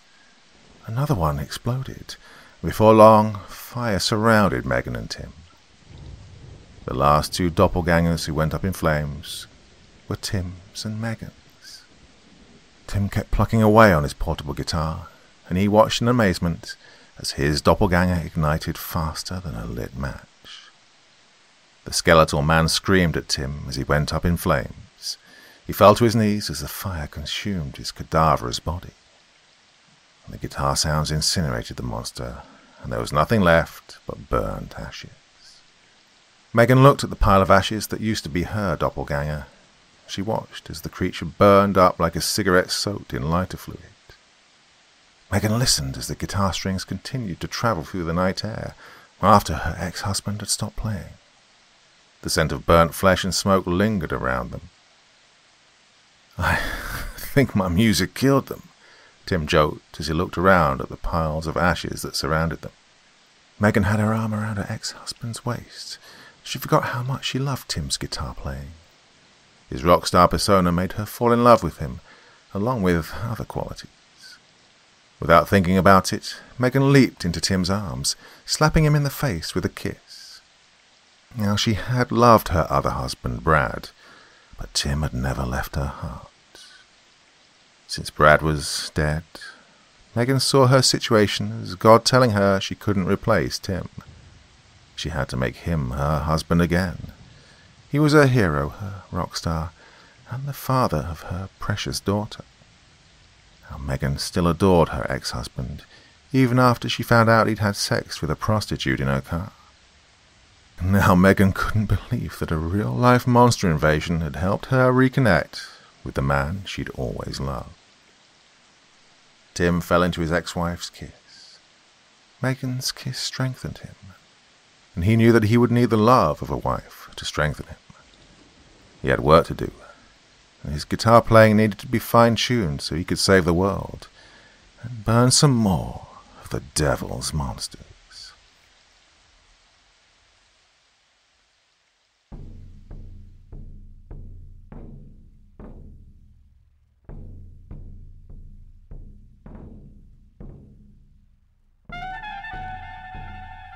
And so once again, we reach the end of tonight's podcast.